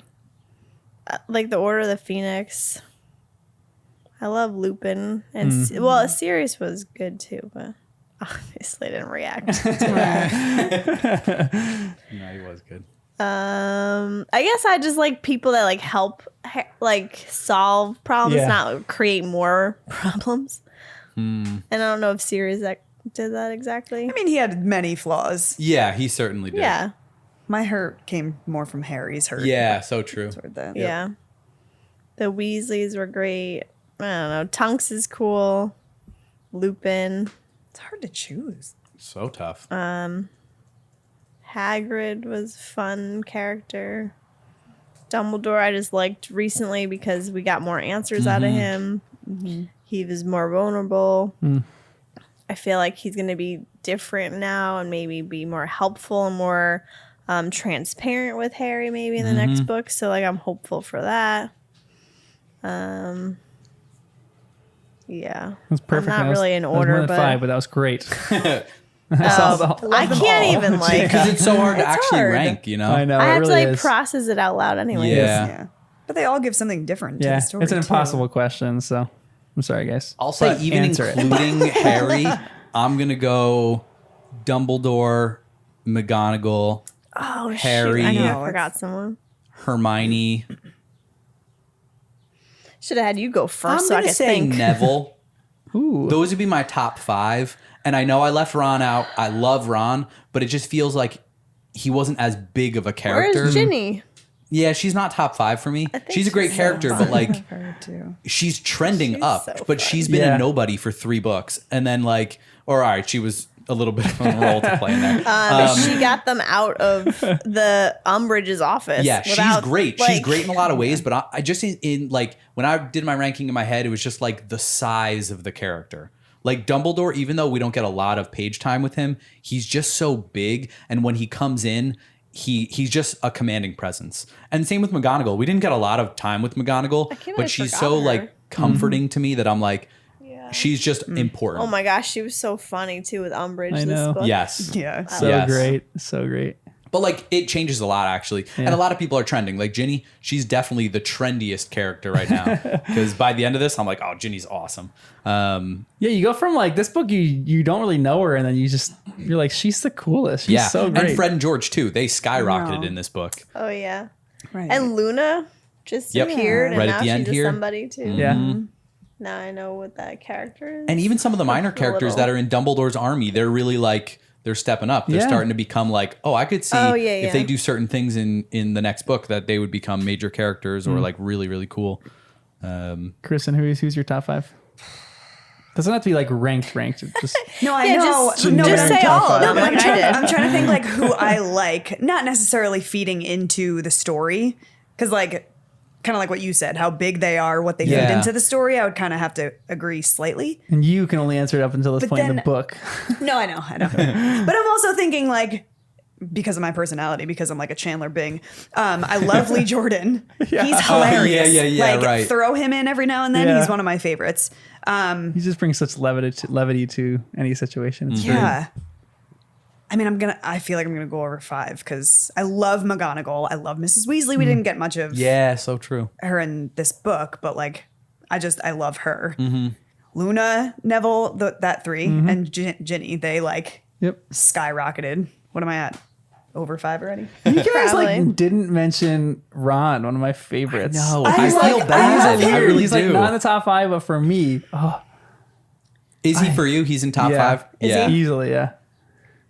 It kind of depends. Tomorrow I might say the same thing looking back because it depends on Hermione, the chapters. I'm just like, she's great. She was in my top 5. She was number 4. But she just like helps. Tomorrow I might not even think about her because Ron is also so consistent. Ron's like comic relief in a way, and then Hermione is like a problem solver. So that's why. But Ron's got like a purest heart, and he just dives in. He is so loyal. Hermione drives the plot of the book. Yes, she's like, okay, let's figure this out. Ron is like interjected as like having fun throughout the book. Like remember, like enjoy these books, you know. But also to me, I'm like, I feel like the trio just is a given. Yeah, yes, for sure. Yeah, you could almost like leave them out because they're just like, they're so great. All of them are. Yeah. I don't know. I can't just choose 5. That's impossible. Someone asks you, Lee Jordan is graduating. So who's going to commentate Quidditch now? No. Who would be a good commentator for Quidditch? Ginny, but she's playing. Oh, she's playing. Oh, respect. Luna. Oh my goodness, that would be ridiculous. That would be great. Oh my she gosh. would be so unfiltered, and it would be hysterical. Yes, that would be fantastic. I want to see the Creevy brothers do it together. That would be so because they would be Harry Dynamic loyal. duo. You know. Oh, speaking of that, is Harry going to be able to play again now that Umbridge is gone? Yeah, I think so. All right, good. What a duo. But that would be a funny duo for them to do it. Going back, I think my top 5, Ron. I love Neville at this point. I love Luna. Luna wouldn't be in until the last chapter. Yes. In the last chapter, I think she gets propelled into the top 5 for me. Dumbledore up until this point is great. More human, more flaws, but I still love him. Yeah. I think Hermione is probably in there too. Wow. What? Wait, but that was not Harry? Like, or I mean, Harry is again like a given. Like he's such a byline through the story that I gave you slack for not having Harry, and I don't have Harry in mine, so sorry. I think he's just such a given in these that you like. He's always in there. This whole story is about him, but I like these other characters. How they like help and love and support Harry. Yeah. Favorite rank the books. Where does this book rank in your power rankings? I really liked it. I feel like I keep going. Like whatever book I'm reading is like my top one. Yeah. Although I like Prisoner of Azkaban. I think it would be like 5, 3, 4, 2, 1. Okay. I feel like I'm almost the same. 4, 3, 5, 1, 2. Wait, 4? Yeah, I liked 4. You liked the last one. Yeah, I just think it was a really compelling, easy read and lots of like twists and turns. It did have. And it would be, and part of my ranking is how much I would want to read it again. Yeah. And I feel like I could read 4 again right now. Now that we know how it ends, I want to see how that played into the whole story. This book, I understand why people wouldn't like it. Yeah. Because it's hard to read some of this. All the Umbridge stuff, the emotional torture. Like, maybe you're right. This would be like a rough read. And 2 and 1 are really similar. 1 is just so charming. Again, I always say this because it's the first. But like 1 and 2, they're not that different to me. Yeah. But was I would love to read 1 when again. we get Tom Riddle's background? Was that 4? I think that was 3. Tom Riddle's background? Which one started with the big 2. chapter one? Oh, 2, because that was the Tom chamber. Riddle's background is 4. But we knew about Tom Riddle in book 2. We got a little bit of his background. Like the chapter 1. The chapter 1. Book 4. Oh, the intro. Yeah. So then I thought that was start. I thought that was book 3. Oh, okay. But then I love the story of like Sirius Black too. Yep. But yeah, Umbridge is a pain in the butt. Maybe I just forgot about it. And that's why it would be hard to read this again. Not like hard, but just like this is a hard reread. Yeah, like kind of weighs you down a little. When I you're do reading love some this of as a that. reread, but it does weigh you down. this is definitely the hardest one to get through. For Harry's emotions, just skip to the end. Yeah, Harry's emotions. Umbridge is still in it. But it's such. I feel like this is her most mature book. Yeah. In a weird way, how she's still able to hook you and keep you reading, even though you hate things that are happening in this book. Yep, that's true. A rough question. Oh boy. Actually, wait. Where are you ranking up until this point? It could change like in 5 minutes, but I want to say 3, 4, 5, 1, 2. Okay. Maybe. respect. Or like 4, 3, 5, 1, 2. Something like that. Yeah. Oh, is that what you said? Yeah. It's a great ranking. Yeah. But like you said, I could change my mind tomorrow. Yeah. But, Yeah. And if I were to go back and read another book, I'd read one anytime. Yeah. Yeah. I'll wait till we're done. I feel like one has I like can't magic go to back it for yet. sure. Yeah. We'll do a reread. And it's so short in What's comparison your now. ranking? I have different rankings for different parts of this. Like, Okay, you could change the rules. We have to answer it according to the parameters. Yeah, because I'm not a first time reader. I had books that impacted me. The first time I read them, my ranking for the first time I read them, like all the way through when I finished the seventh book, it was probably something like book 4 might have been my favorite. 4, 6, 7, 3, 5, 1, 2. I loved 4 when I read it. I was obsessed with it because that was like in the middle of like Harry Potter mania. But now that I've reread them, 5 is one of my favorites. I don't know if I would say it's the favorite right now. I think 6 is still my favorite, but it's so good, guys. It's so good. And then books that just like have had an impact on me. I think 3 might have had the biggest impact on me. I remember I reread that for like the 5th time, and I was like, this book is masterfully written. It's perfect. It's so good. The pacing of book 3 is so good. Same thing. The pacing of all these books is just on point. The rough thing about 5 is the pacing just seems off, but I think that's for a purpose because Harry's pacing seems off. Yep. So I think she matches that really good with it. Okay, the rough question. Cedric has died in the 4th book. Sirius has died in the 5th book. Oh, gosh. If there's going to be a character who dies in the next book, give me top 3 people you think might die in the next book. I feel like someone in the order.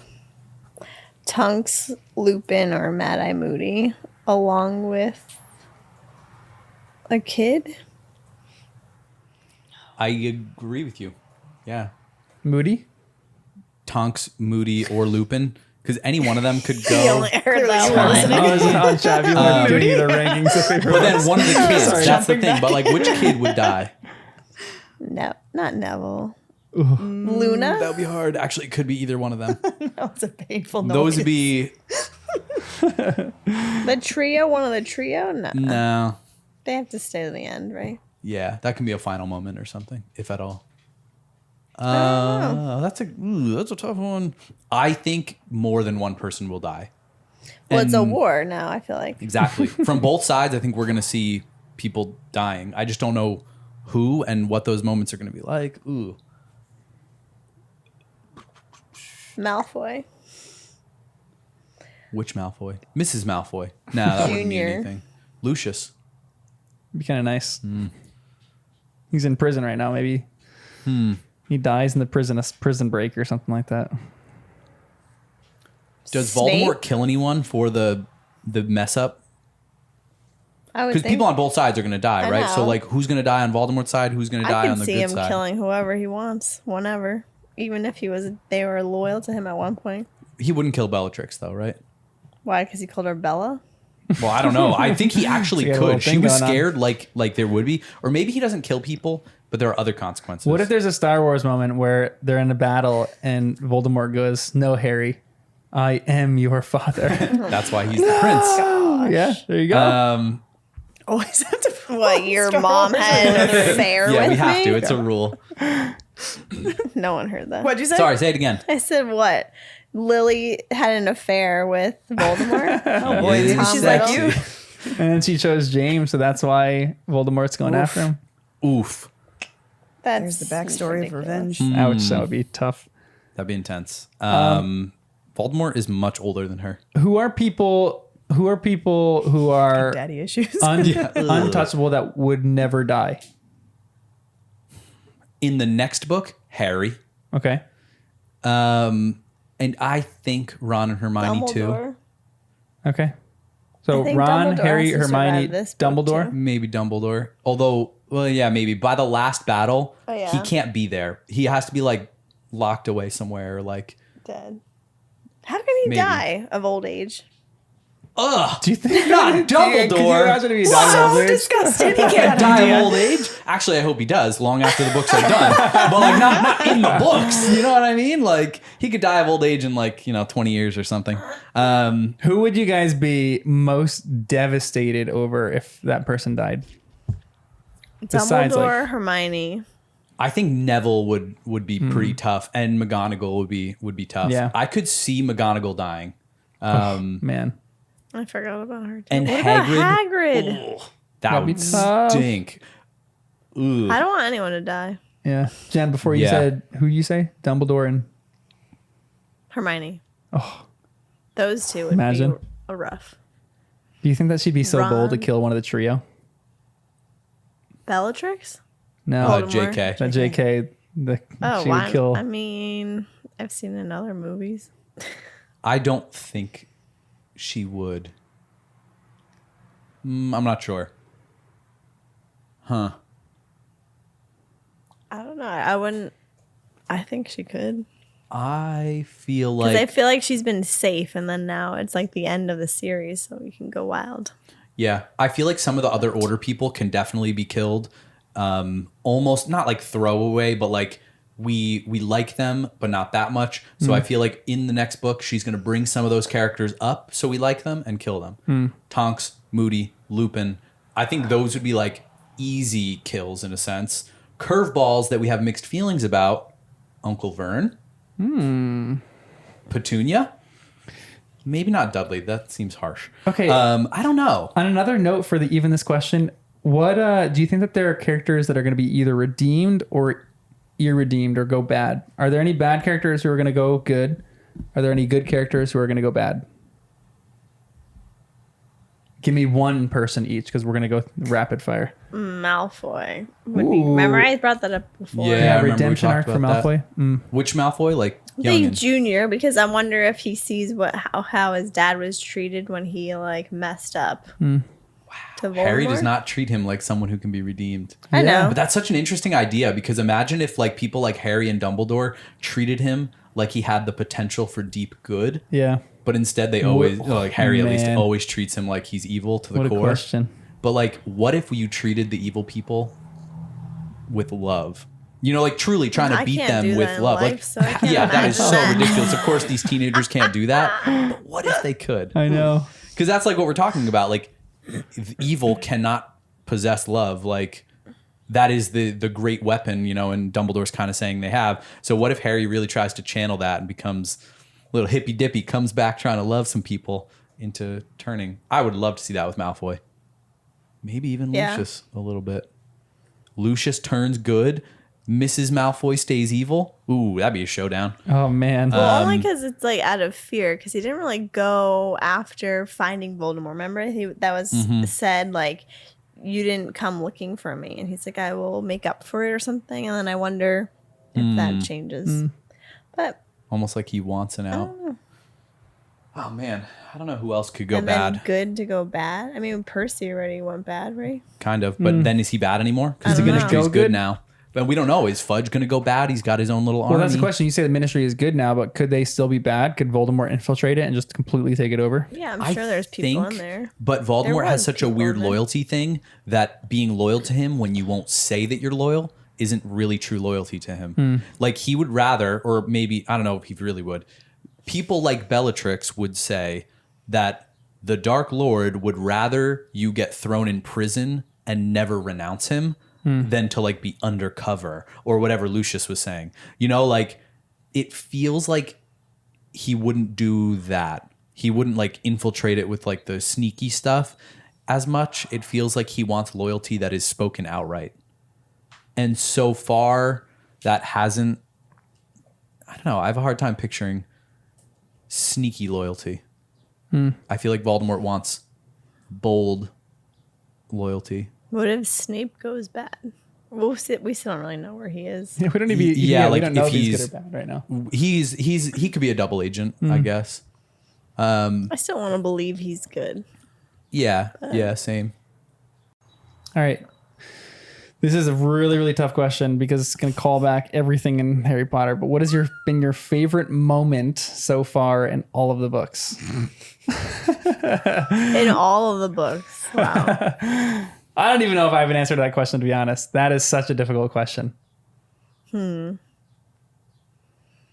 love the information ones, right? Yeah. But I feel like you love the first chapter of the fourth book. Yeah, that was one of my favorites. That was such a good moment. Because it's like, yes, answers. Even this second to last one, I'm like, okay, we're getting more answers. Yep. But that was really good. Yeah, I just like answers to like the mystery and less about like the characters. That's where I live. I know. That's why I'm actually really curious when you reread it, what you're going to think of a reread of these. You think I'm rereading? Right. Yeah, absolutely. Oh, you will, The podcast must live on. He's like, that's happening. Because then like the mysteries aren't the same. So you'd be reading for different reasons. Yeah. But maybe that's why you're like, I would never read. Yeah, because now I know the answers. I don't know. I guess I've never been on like the character traits and stuff. Yeah, you could look and figure out where you missed certain things and where she put things in that are answers to.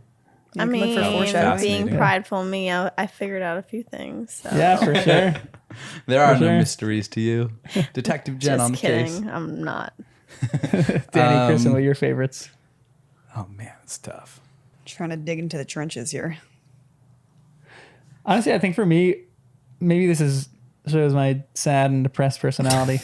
But I think the end, when I reread the end of this book this time, maybe just because it's so fresh, it might have been my favorite parts of the book I had read so far on this reread. Just the whole last two chapters, 37 and 38. The range of emotions that Harry's experiencing, how his friends and his people that he loves are coming around him and helping him. I teared up like 4 or 5 times certain lines just reading these two chapters. I think they're so moving and so well read or so well written. I think they're just masterpieces. I love them so much. Yeah. You know what? I think I'm going to go with the last moment in this book with Harry leading. Yeah. Turning around and walking away because he knows, like you were saying, he knows that everyone is there. He like understands Dumbledore's distance. If there is going to be distance, he now knows why. Not that he isn't like against him or something. But I did like that he walked away in confidence. Like, I'm going to lead them now instead of him like sulking behind the Dursleys. I don't know. There's probably a lot more moments that I like, but it's a good one though. I'll go with that. So good. I love the Dumbledore moments. So in this book, reading the end where Dumbledore comes in and takes control, and when he left his office when they were coming to like arrest him or whatever they were going to do there, I think one of those would probably, the end of this book would be probably my favorite. But thinking back, there were a lot of other moments that feel close. Yeah. I'm like the end of each of those trials felt like so heroic in the moment. Good. Those are all great.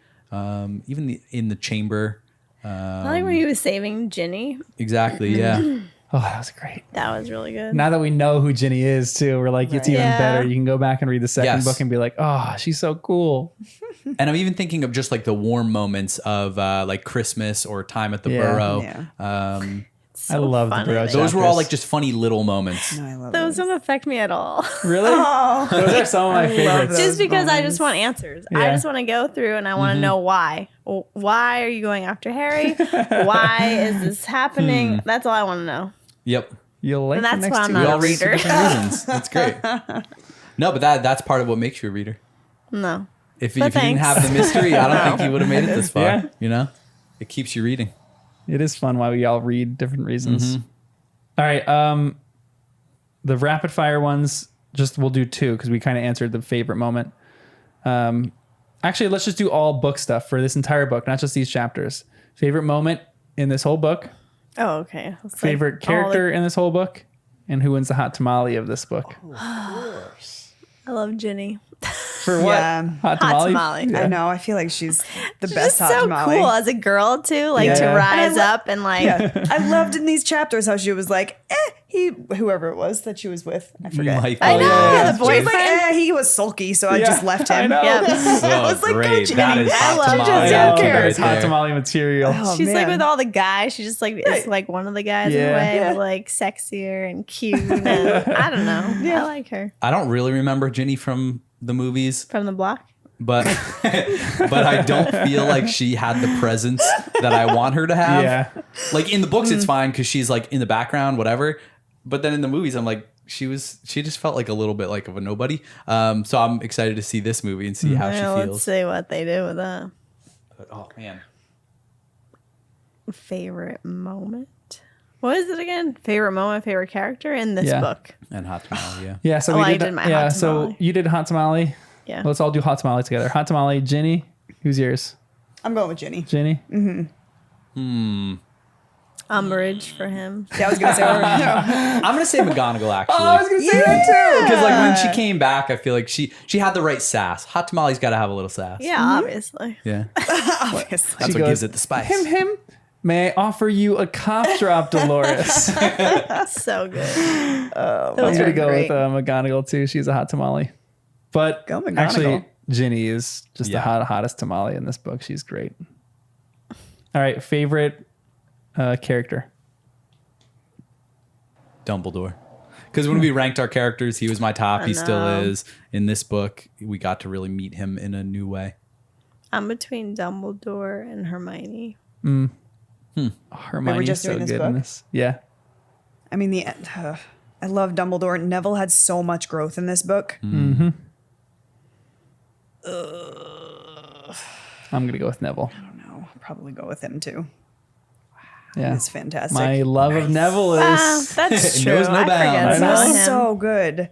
It's infecting you guys. When he's like talking like this, and he's like, "Oh, you're not alone." Yeah, he was crushing it in there. Gosh. Yeah, Oh, he that was is pretty great. good. Oh, it's so good. I love him so much. Just like Hermione is just like, look at it this way. Yeah. Is this true? Da, da, da, da. Like, She's great. very matter of fact. Favorite moment, last one. Favorite moment in all these books. Or in all of this book, sorry. Not these. Oh, man.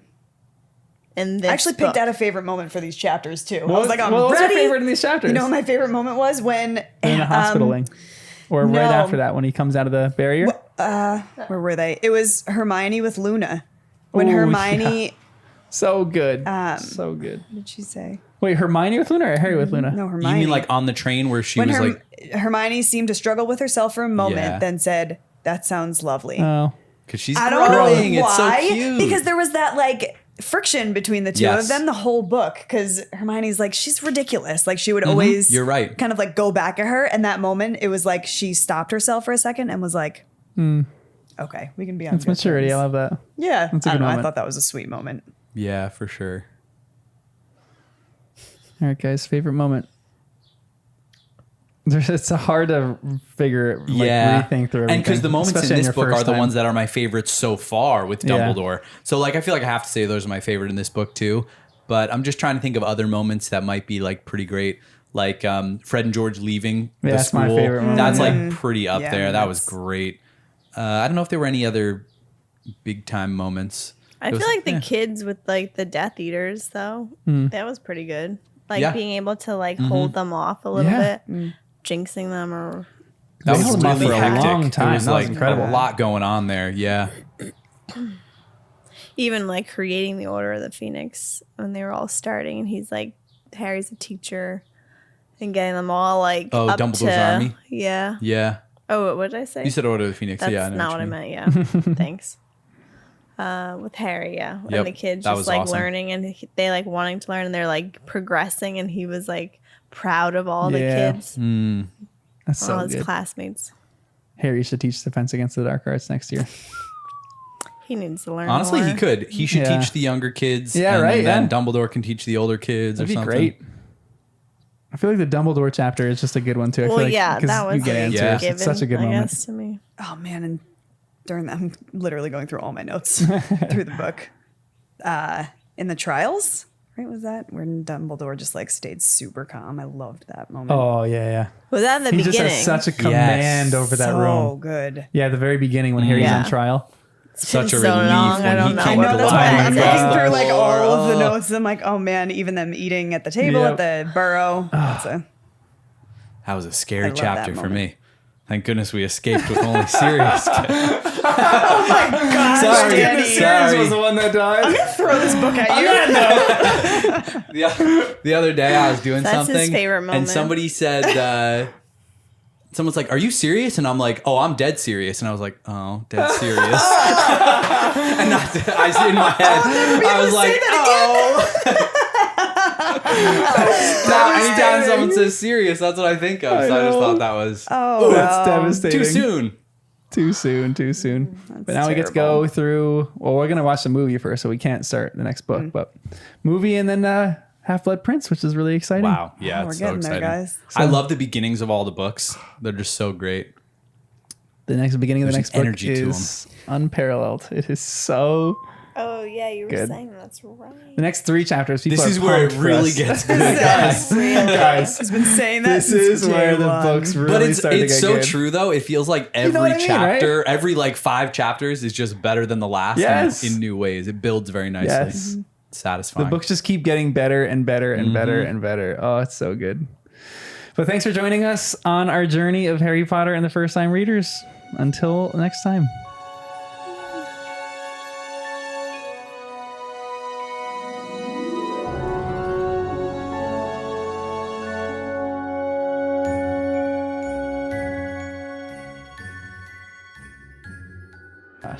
I'm kind of surprised Fudge is even still in power, and I'm just curious if that's going to remain true for the next chunk of things. Like, is that going to be end of summer, and we're getting a recap of like, here's what happened. Yep. Also, wait, Sunday Prophet, is that just like a modified Daily Prophet? Like dailies, like weekdays, paper. And Sundays just okay. I think it's just like at first I was like, wait, is Daily Prophet not around anymore? Check the book. Oh, also, we found out why she was holding the Quibbler upside down. She was just reading the answers to her quiz. Yeah, exactly. I thought it was something so much cooler than that. But whatever.